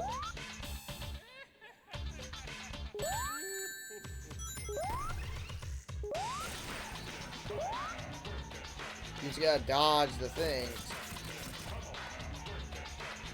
Nice.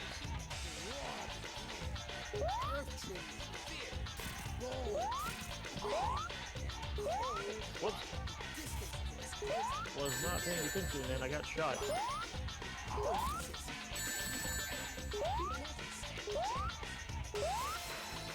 What? How did I die though? Oh shit! Okay, there we go.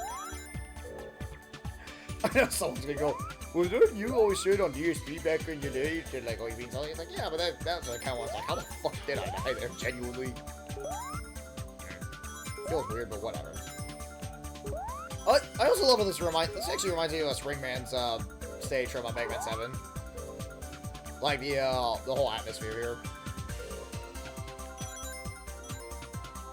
Which I would like to get around to playing that someday on the channel totally, because Mega Man 7 is actually pretty decent in my opinion.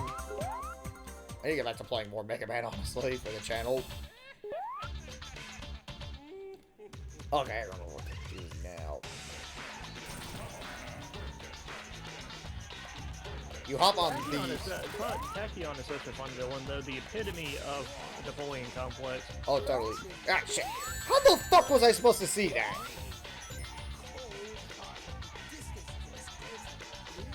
Though I hate that I learned that actually Napoleon was probably about average height for men at the time at around 5 foot. No, but he's a short dead dude. I'm quoting Bill and Ted. Oh. Remember where they go, okay, Ted, can you tell us who Napoleon was? A short dead dude. Remember where they're like in the history class, like before like the plot gets kickstarted. Oh yeah.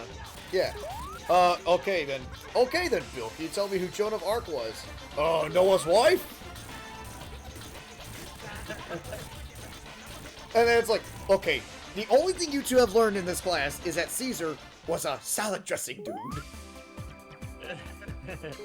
yeah, when they meet Caesar. They didn't meet Caesar, they met Socrates. Oh yeah, Socrates. Yeah, they met Socrates. Socrates. It's Socrates. You remember that's how they called him in the movie. Yeah, but are you really going to take their pronunciation seriously? They call it Utopia, dude. Okay, this is Stardust Speedway. This is actually, like, legit one of the best levels in the entire fucking game. With some of the best music in the entire series. So cool, they brought it back into Sonic Mania.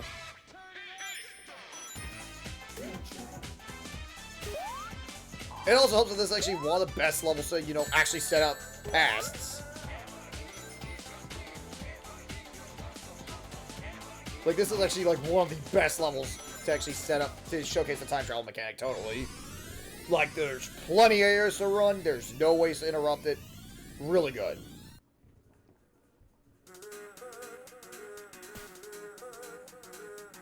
Now to find... It also helps that it's, like, it's just very well built, so it's, like, it's easy to, you know, it's just genuinely fun to explore the Stardust Speedway levels, totally. And it is also home to, like, one of the best... Oh, we found the robot generator already. Awesome. It's also home to arguably, like, the best fucking boss fight in the game. So cool they actually brought it back in a few games, too. Where they reference it in Generations, they reference it in Sonic 4 Episode 2, and they also reference it in Mania heavily.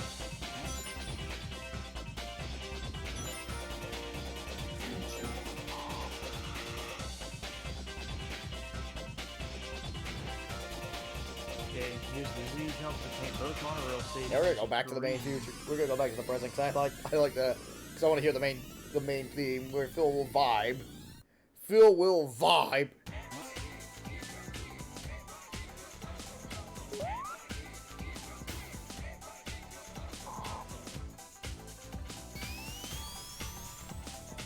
Oh look, we got barrel cannons here. Awesome. From Donkey Kong. It's a good level. Like, it's genuinely well designed. I will say, it's like, I will shit on some of the other levels, but, like, the levels that this game does right, it does very right.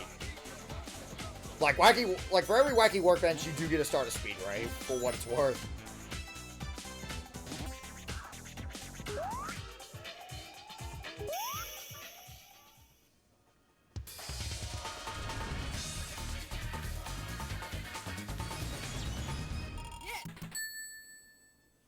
I was right there. That's a good future, Zone 1.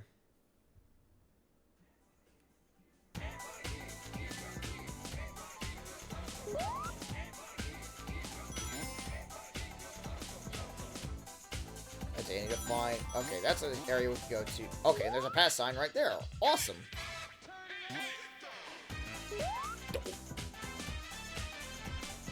Come on, get there. We go. Got the pass sign.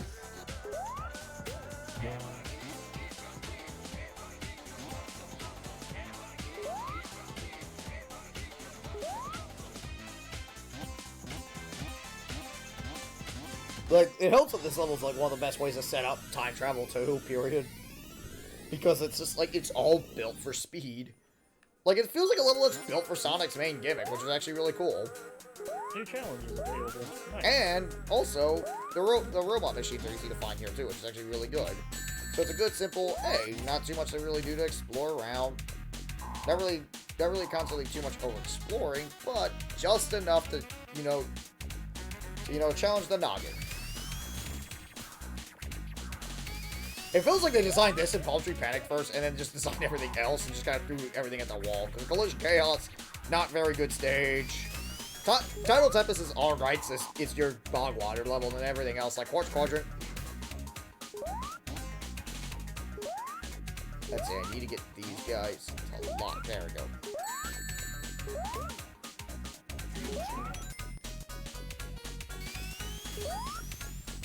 There we go.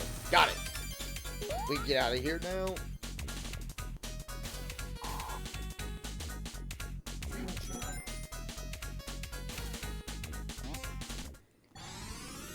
Like Axolotl, I unwittingly travel through time. Man, just so ready to fucking strive. 1 week. Yeah, 1 week. It's gonna be a long week, though. Not for me. Well, okay, Because remember, we got Virtua Fighter. Oh yeah. Then we got Accent Core to hold ourselves over with too, which I've been having pretty good labbing with that recently too.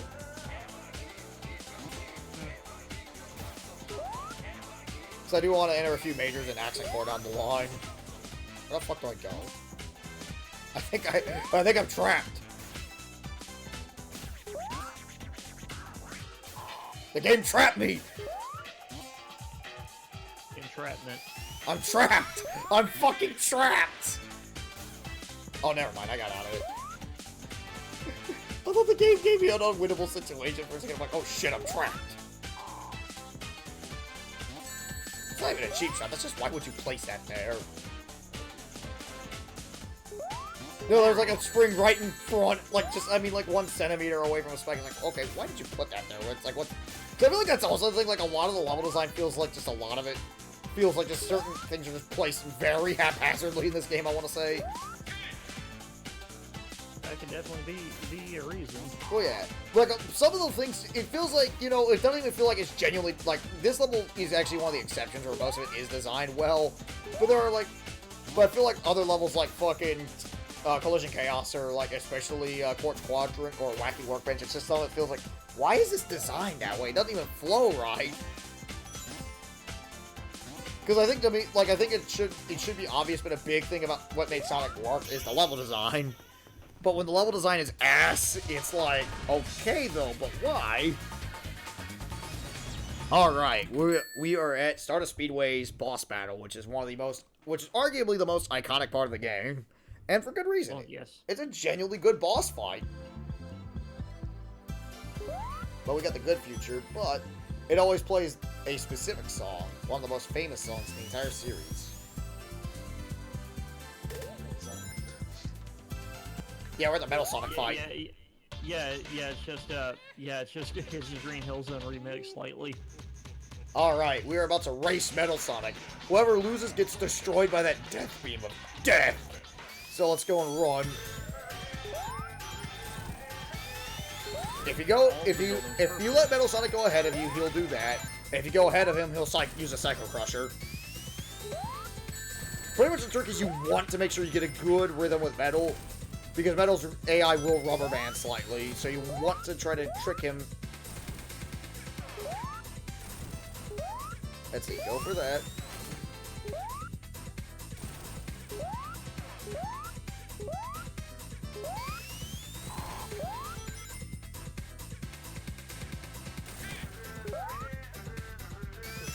There we go, hop over him.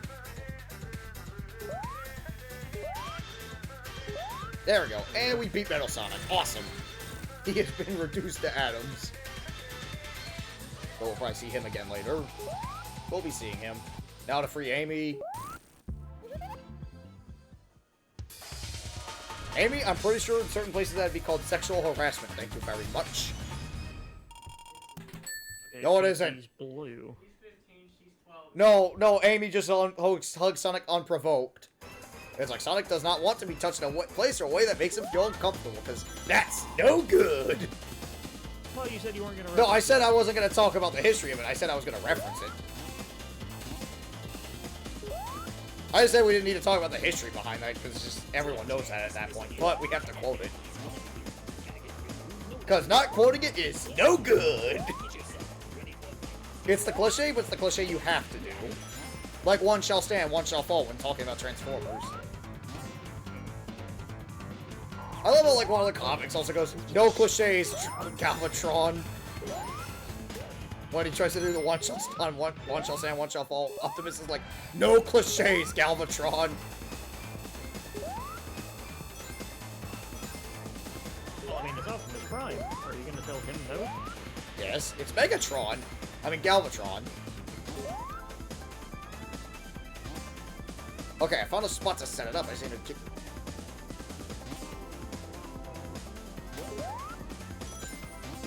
Ah! That fuck... Okay, good. There's a pass thing right here. Awesome. Okay, so I don't need to worry. Awesome. Yeah, it's Sonic's body. Amy doesn't have a right to touch it if he doesn't want her to. First, he says no. Then he gets out of it. But most importantly, he has to tell someone he trusts. Like his parents, or a teacher, or a police officer. We need to like fucking if it won't get my channel copyrighted, we need to. I would love to watch fucking Sonic Says segments on stream totally. Just because some of those are fucking riots.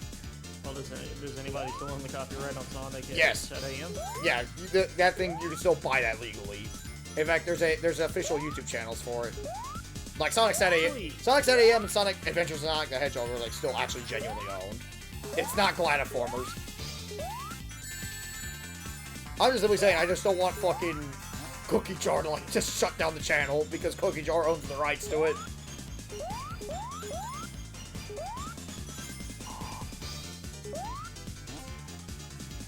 Because they got the entire Deke library, so that means they also have the Mario cartoon, and they also have Hammerman. Hammerman's kind of lost media. Hammerman is lost media. Like, there's only like 4 known surviving episodes. Because there was a VHS tape that had those, so it's like those are the only known surviving episodes. No, we need to find it because lost media. Hammerman should be found. Yes. No, I gotta talk because it's my stream. Sorry, we're having a lover's quarrel here. Who in the world are you arguing with? Oh, Miles will stick with me at the moment. Yeah. Ah! Tails wanted to write it. Oh yeah, they had to make a fucking Sonic Says segment solely because of that one Beavis and Butthead episode where they get in the dryer. Washing the dog, washing the dog. Well, I mean, if Sonic doesn't tell you not to stick animals in the dryer, who would? Well, it wasn't sticking animals in the dryer. Remember, Beavis and Butthead got the thing too. Yeah, but I mean, Like, it's like, as everyone, I remember back when the Nostalgia Critic reviewed it, like, he was like, well, yeah, kids are telling you that. It's like, yeah, but back then, this is when Beavis and Butthead aired, and every kid was trying to fucking imitate the stunts, even though parents should tell kids, don't imitate what you fucking see on TV. you sound like you're gonna be a very aggressively toned parent. I mean, because it's just like, I have experience. It's like, don't do what I did, because what I did is stupid. It's like, I have experience to back up my aggressive tone. Oh yeah, MC Hammer tried to do gangster rap that one time, too, and he failed massively. Like, I'm more gangster than he is. And I'm white as hell. Whoa, God, bold claims coming. I'm more gangster than MC Hammer ever will be. Vanilla Ice is more hardcore than he is.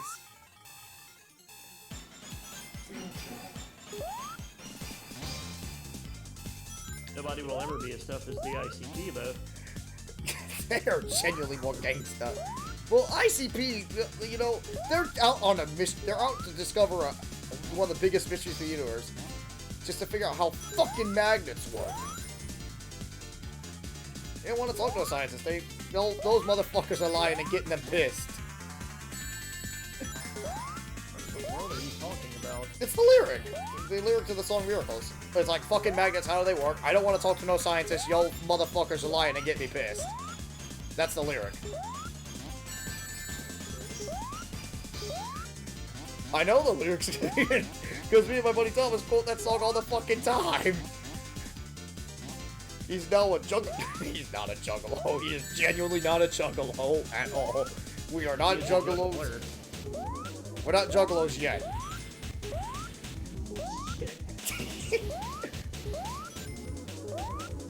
I'm a juggler. So you guys got a posse. Okay, a posse even saying. So why are you singing your posse even saying clown people? That way you don't get hurt next time. I've been saying clown people. I love that episode. I hate how Hulu took that episode down. I love that episode of Always Sunny so much. Like, I hate how they took it down because it's just Hulu also missing the fucking points of the episode, too. That what Mac did was wrong. Because everyone's like, dude, what the fuck, man? And he's like, I did it tastefully.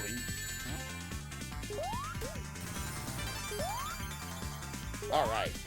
The great thing about Always Sunny is that they never admit fault. Well, yeah, that's the point. They're horrible people. Like, the gang wouldn't be human otherwise if they admitted that they were wrong sometimes. Sometimes I doubt they are human. Yeah, they're... Well, Dennis is clearly a fucking sociopath. We all know that. Even though he comes across like he's supposed to be like the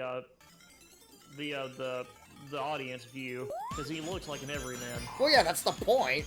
Like, real sociopaths blend in with everybody. I am untethered and my range knows no bounds. I am a golden god! Luckily, we still have the Nightmare coming, which is arguably the best episode of the series. Oh, but I actually feel kind of bad for Dennis in that episode. So what do you want to do, miss all that? Song or no song? Song? Fucking dude. I just love Charlie in that episode, because, like, Charlie genuinely writes a musical. And not only that, he's able to write, like, you have Artemis able to translate his fucking weird-ass picture language.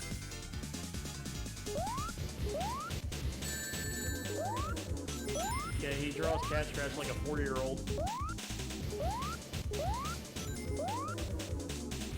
Yeah, okay, the thing's destroyed. Good.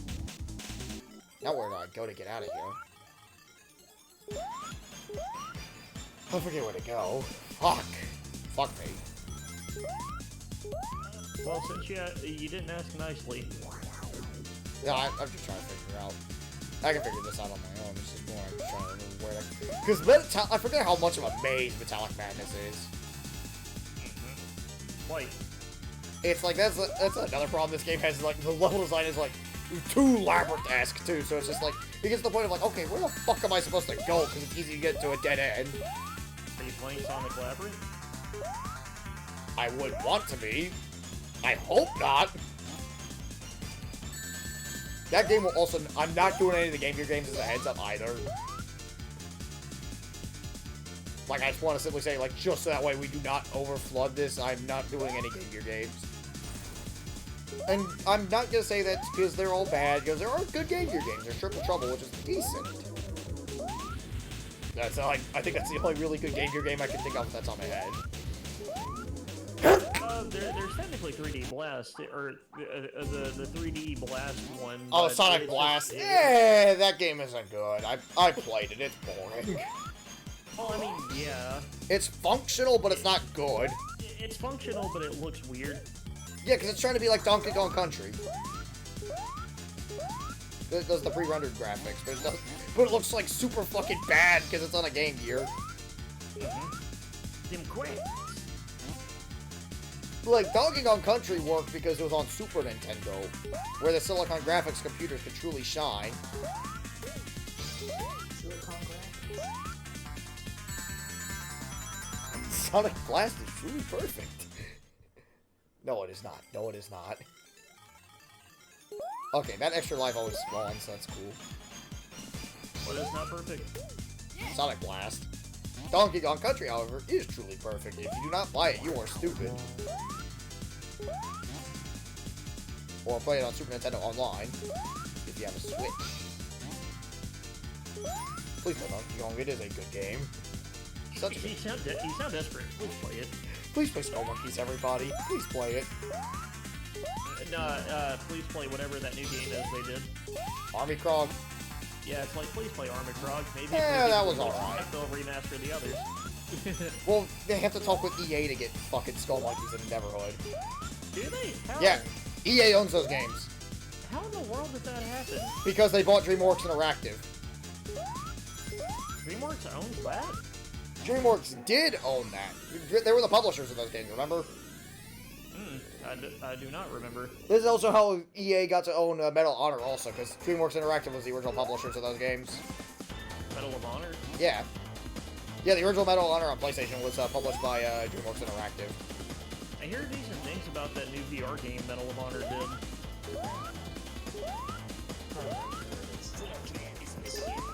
It got recognized in a bunch of awards. Said Sonic Blast the Trash Man. Of course, I don't even think the Trash Man wants to eat Sonic Blast. Alright, we got one more area to make a good future. And then we are finished with Sonic CD. We're almost done here, fellas. Bear with me.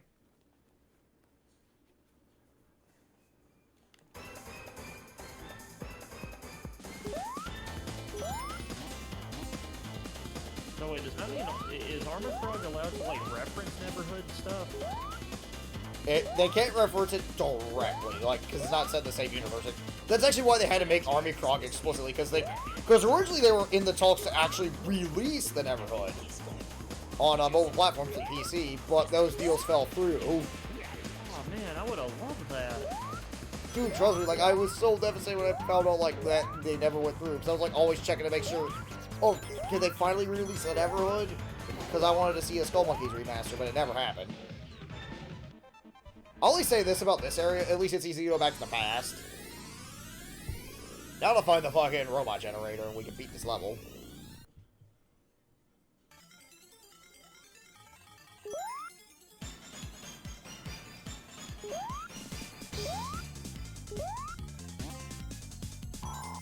Can you turn on the music, please? I don't want it to pick up on the mic. Thank you. Yeah, don't want to get DMCA'd. Alrighty. I just got a little paranoid there for a second. Okay. I just got paranoid there for a second. Like, the last thing you want to do is pick a fight with a record label's lawyers. Fuck record labels in general, I want to say that. Be like Mike Murray, say fuck record labels. They were, but Mike Murray hates the fucking music industry though so much, like how it's ran.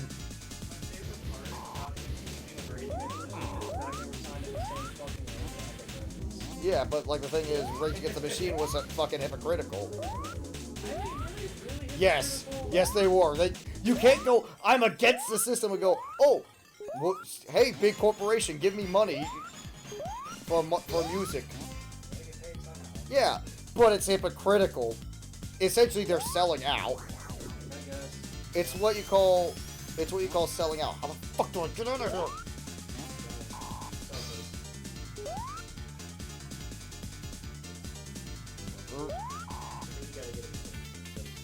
The problem is, how do I do that very well? This is why this game is, kind of poo-poo in areas. It's like, I have the most love-hate relationship with CD, honestly. Because there are good moments in this game, totally. I want to say that.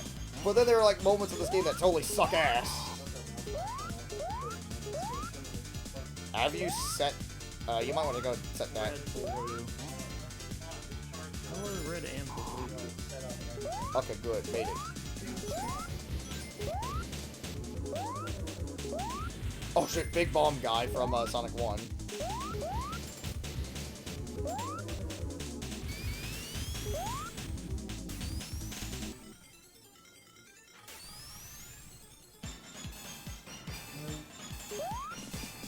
I wonder what genre even is Armba Krog. Point and click. Is it a point and click or a Yes, point and click. point and click? Yeah, no, point and click adventure games. Well, I didn't know if it was like that or like Skull Monkeys. Well, no. Like, cause they're like, hey, we're gonna make this like, Neverhood. Because a lot more people are more fondly talking about Neverhood, even though I would probably argue Skull Monkeys is the better game. That's more because I don't think, like, everyone knew. I don't even think even some Neverhood fans even know Skull Monkeys existed. I didn't. Yeah. Like, Skull Monkeys is like one of those where it's like, I'm weird with it, where I knew Skull Monkeys existed, but it took me a while to figure out that if there was a game beforehand. Because as a kid, it was like, with the original PlayStation, Skull Monkeys was like one of the first games I played on there. The Neverhood was one of my first ever video games. Okay, that's where I gotta go. I need to go down there. I need to figure out how to get Well, down great. there. That makes me sad now that they were actually going to remaster that. I didn't know about that. Well, that's if EA was willing to cooperate. You expect EA to cooperate? Unless you sell your soul. EA is like the most fucking soulless corporation I can think of when it comes to gaming. Exactly. That's why they need everybody else's souls. EA is like the Shang Tsung of video games. See, yeah, exactly. They buy up these. Your company is mine. They buy up these companies and then they rip them open like a Capri Sun. This will make a fine addition to my collections.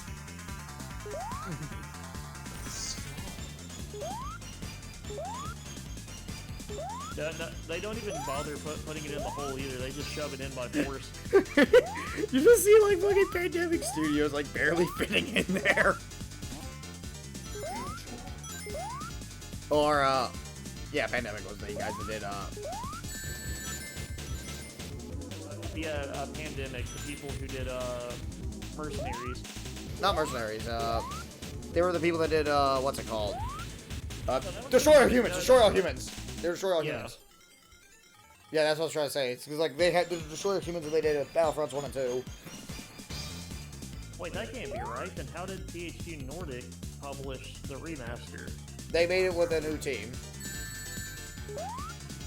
Yeah, but that would They mean could have brought got the original already. team, but Pandemic didn't own Destroy All Humans. They were just the developers of it.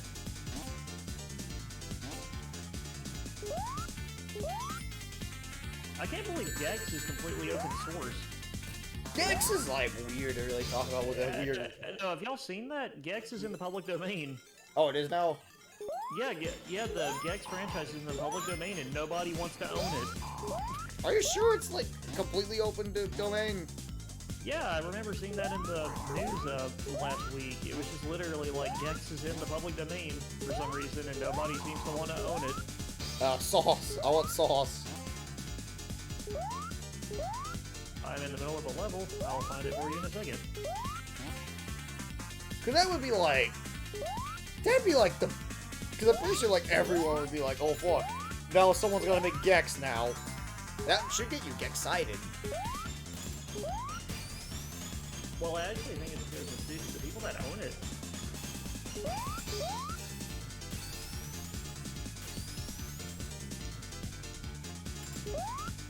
I like it this one. I was just trying to figure it out.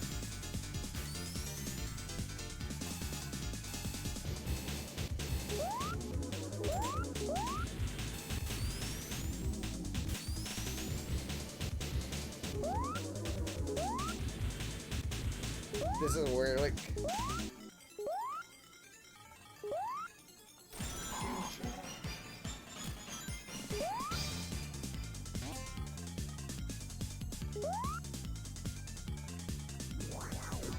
Okay, there's something down there.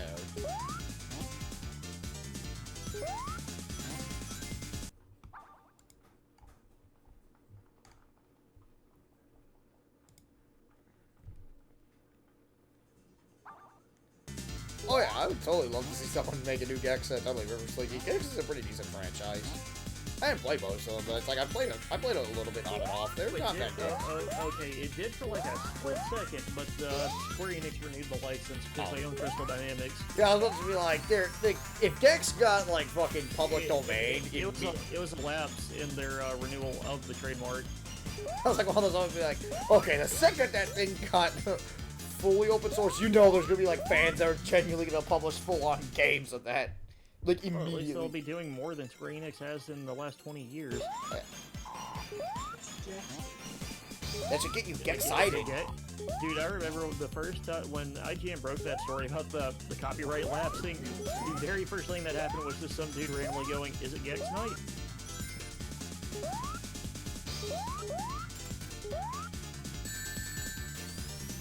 Because I don't think you can mention Gex anymore without thinking of Scott the Wise now. Because there's one buddy's character trait, being he likes Gex, but doesn't know what Gex even is. That should get you excited. I love in that episode when they actually do play Gex, it's like, what the fuck is that? Gex is like one of those franchises I find it kind of funny to talk about, really. Also, I love to get them to play Mario Tennis with them, they said, like, didn't you get the part about my uncle dying? Oh, I just couldn't believe my uncle died again.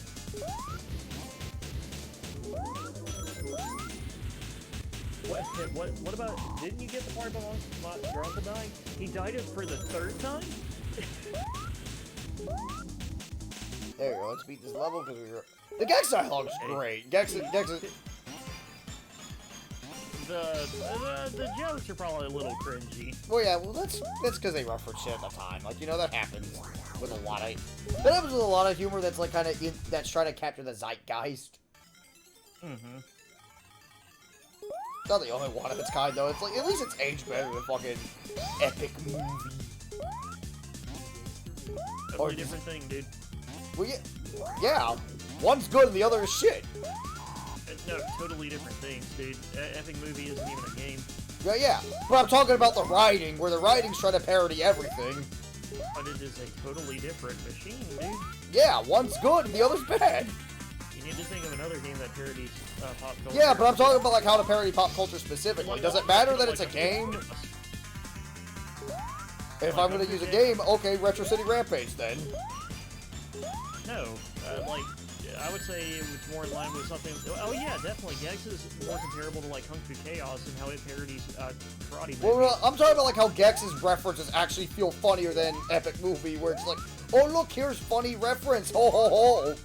But it doesn't do anything with the joke, is what I'm simply saying. That's what I was just simply saying. Like, I'm talking about the writing specifically. It doesn't release the ingredients. Where are they? Like, that's like one of those moments where like, who the fuck cares, really?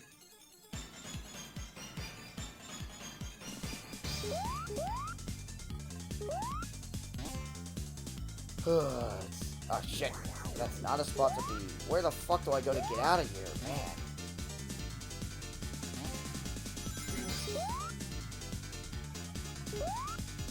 That moment where, like, again, this game just really falls apart at the level design. That moment, that epic moment when...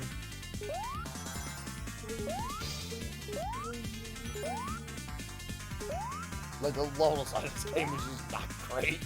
I'll tell you, like, again, start a speedway.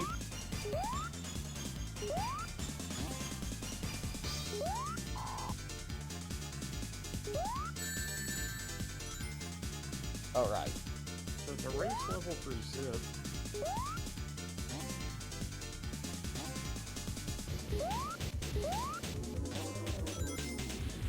Just need to get out of here now.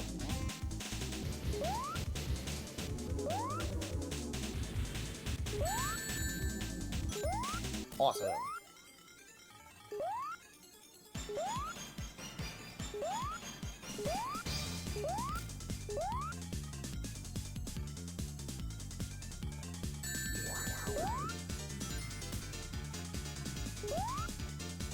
Yeah, like, that's the problem I really feel like Sonic CD starts to have, honestly. It's like, as you're saying, like, a lot of this game's levels sometimes go to the moment of, like, where the fuck do I go territory?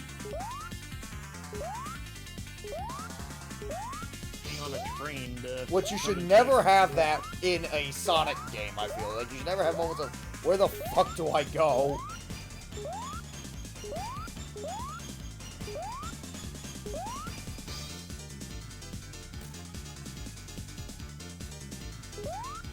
Please tell me we're near the end. Because I am ready to get to the final battle.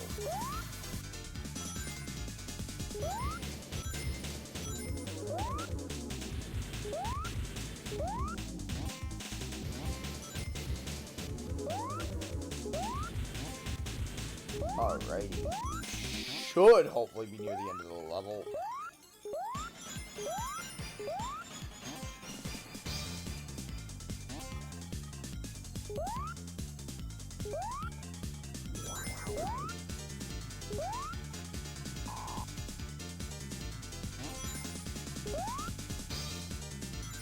Alrighty.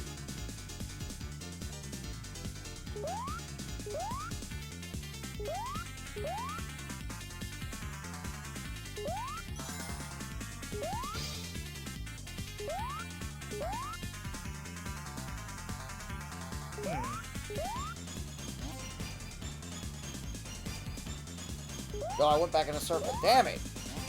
Red.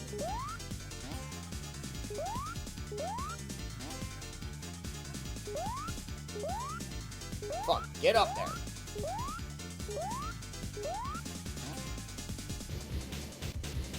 Nice.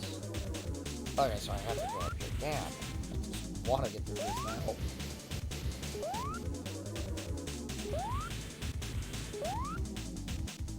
Careful there.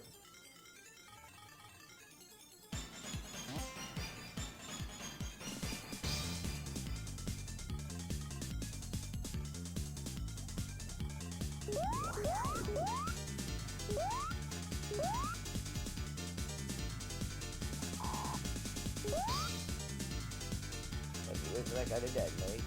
The other way. Awesome, we got out of here. I hope.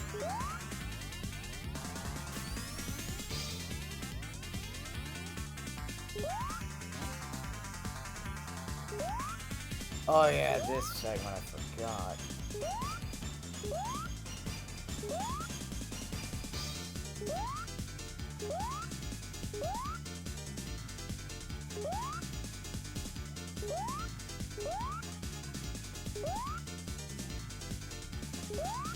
Made it out. Awesome, finally. Okay, we have ensured the good ending.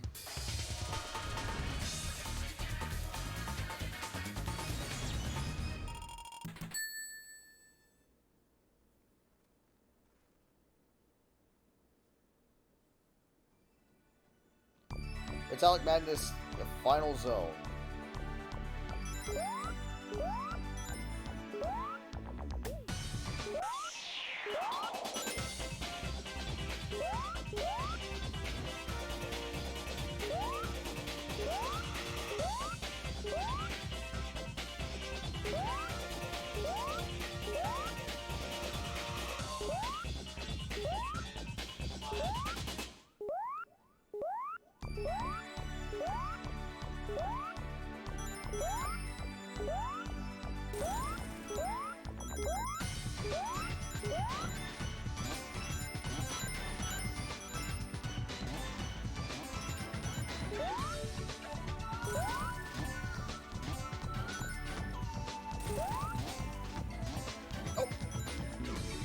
At least I came over to right at the final zone, so I don't have to start over. So now, luckily, I saved right where I was. So that ain't too bad. Because luckily this doesn't do, like, unlimited content. Luckily this doesn't do limited continues.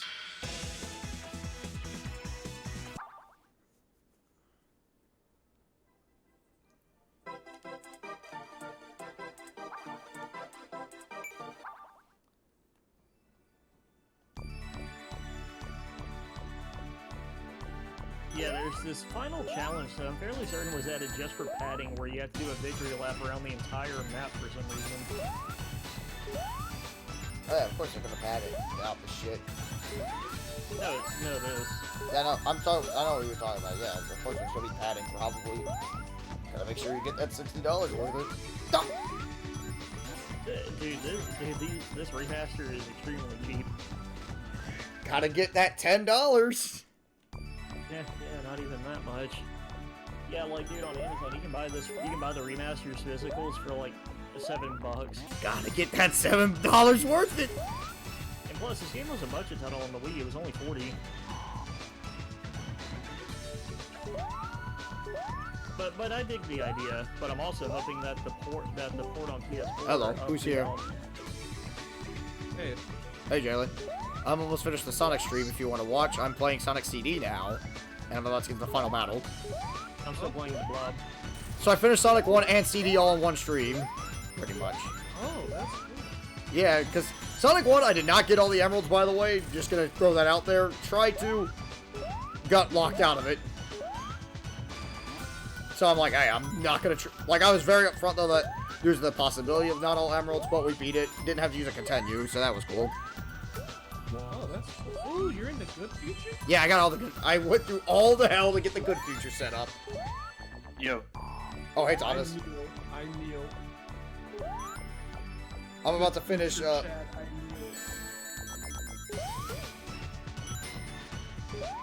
I'm about to finish up. I'm about to finish up Sonic CD. Fuck. Get over here. in general, but that's just too down bad even for this server. Come here! You're going to die trying to do this, dude. Come out and play! Hey! How is he invisible? How the fuck is he invisible?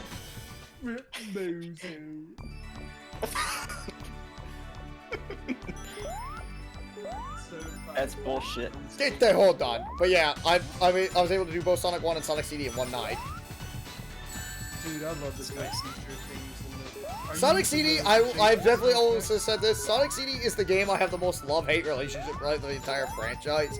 Because there's... Food, dude, still alive after eating so much pizza. Are you using the JP soundtrack? Yeah, I'm using the Japanese soundtrack. Raccoon Mario, to answer your question, it's Georgia Wood. That's all you need to know. Because It's not outside even of, human. outside of Sonic Boom, JP soundtrack's superior. Oh yeah, the American soundtrack of this game fucking sucks. Oh, culture. Hey, but Let's see. spooky. Got to retry this again. Luckily this game saves where your zones are at. I did not get all the time Oh, zones, thank but I God. set I got the good future guaranteed though for every zone. This next level is actually incredibly long, so I feel like I'm probably going to end my stream here, and we'll finish the game starting next weekend. But starting tomorrow, we're going to be grinding in Splatoon 2 again, and trying to defeat Agent 3. I've tried to practice it a little bit today, got a little bit farther. Nice but I'm flat, hoping I son. can finally beat them tomorrow. See y'all tomorrow, everybody. Bye. Nice flat, son. Hey, Rev, are you there? Dude, this game... Dude, all of these levels average about Been a while, bro. 4 keys. Like, this game takes a lot out of you. Fuck. I'm not gonna lie, I think Sonic CD's level design is kind of... Yeah, Sonic CD's. I've said this a lot in the stream already. This game's level design is like legitimately all over the place, in my opinion. I don't like it for that reason. Yeah, Level he was design has just, to know- like, getting done mentioning that right before he joined in. Yeah, like I've said this several times because like it's worth repeating. This game's like you have some good zones, like Stardust Speedway. Stardust Speedway is a good zone, but everything else in this game is just pure. Like most of the zones are ass. They look pretty and the music's nice, but it's like... The problem is they don't play well, like at all.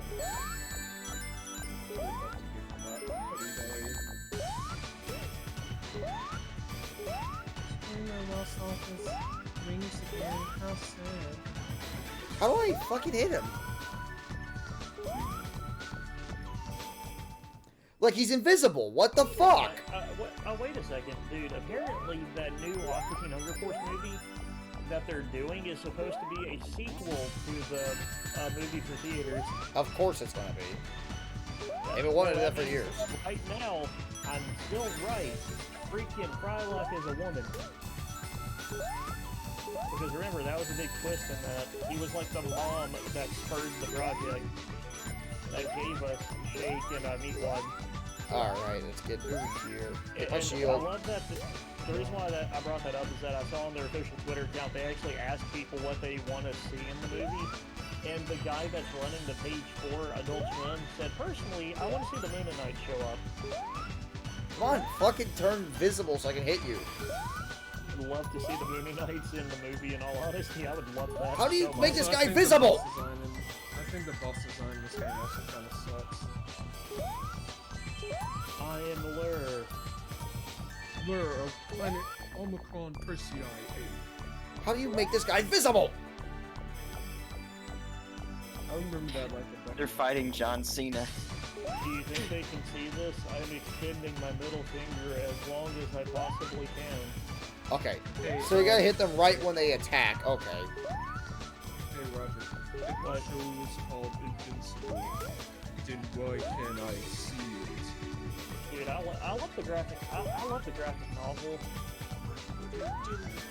Like I read the books originally. Oh yeah, I literally got done reading the entire Invincible comic. And I thought it was pretty good for the most part, though the end kind of. Okay, finally. Got him. Now we can move on to the... Now we can move on to the final battle, which is honestly a massive anticlimax.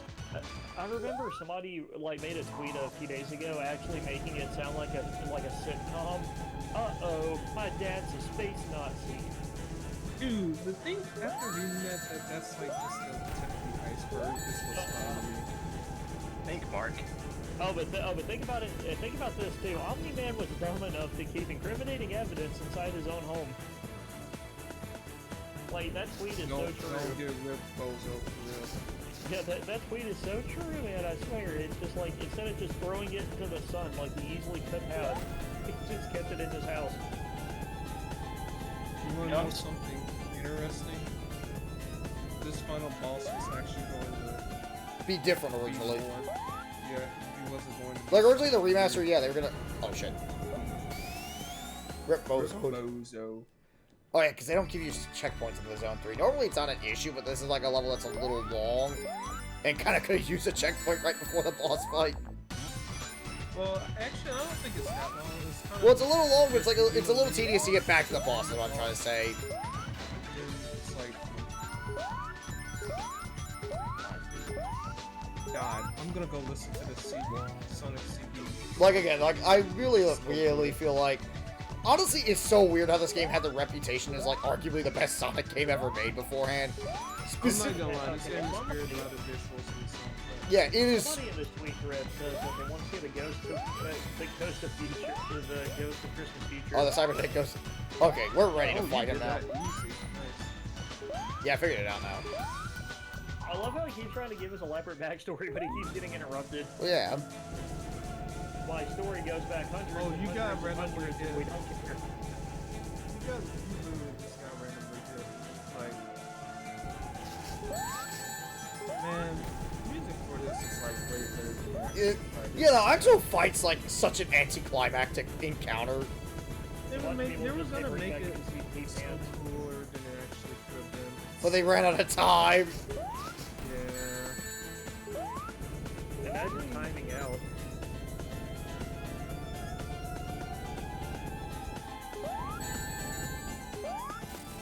Come on. He got you, dude. He got you so good with that. Okay, go. We knew. Come on, fight me.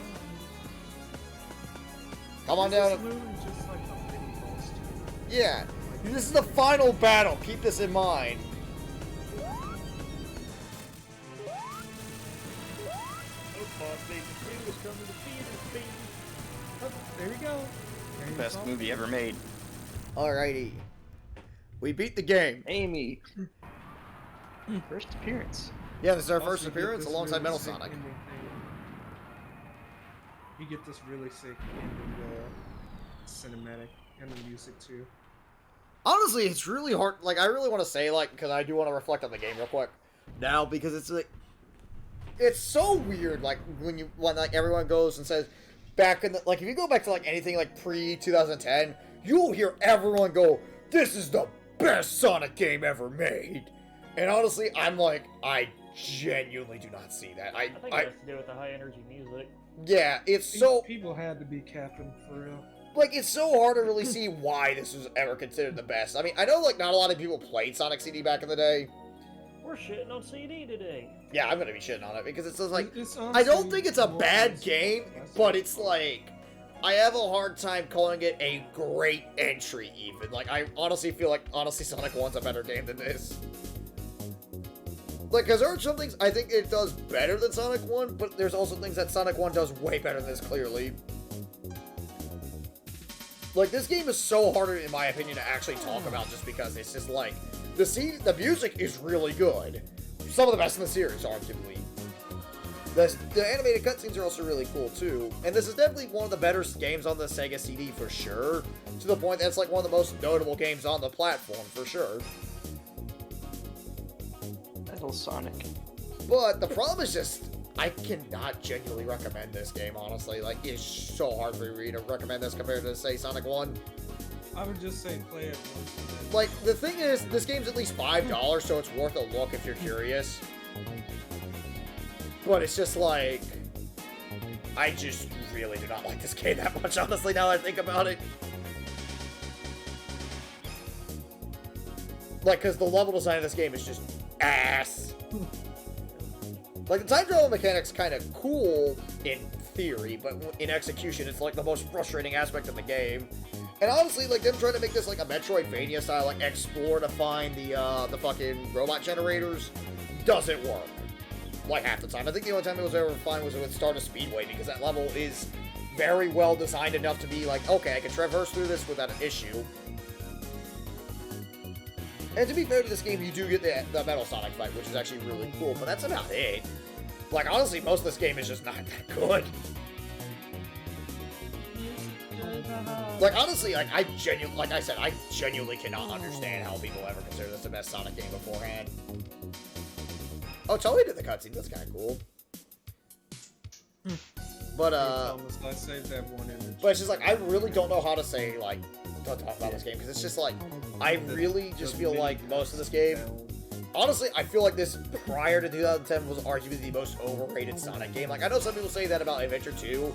Adventure 2, it's like, even when it's dated, I feel like it's easier to understand how that was a popular game. Whereas this, I'm just like, I genuinely do not see it. Like, I really don't.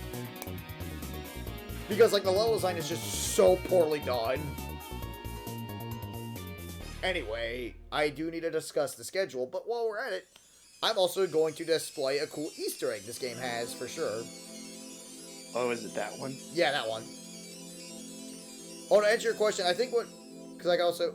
You're too cool. No, I'm not cool. I'm a fucking loser. I played right to hell. To answer your question that you were asking me earlier... Games of the Sonic now,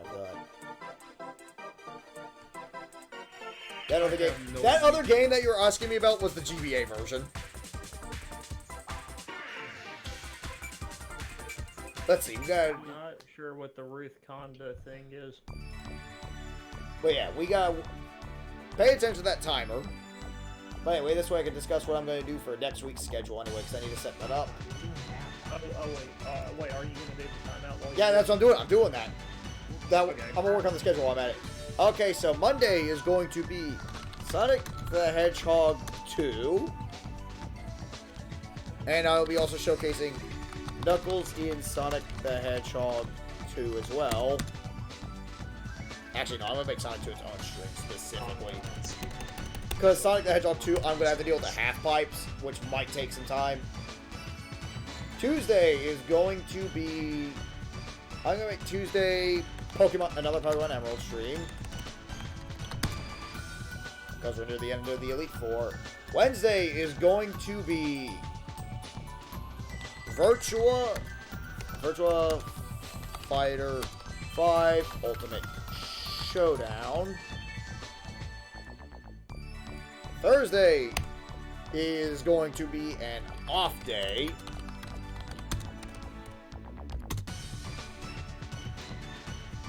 Friday is also going to be an off day.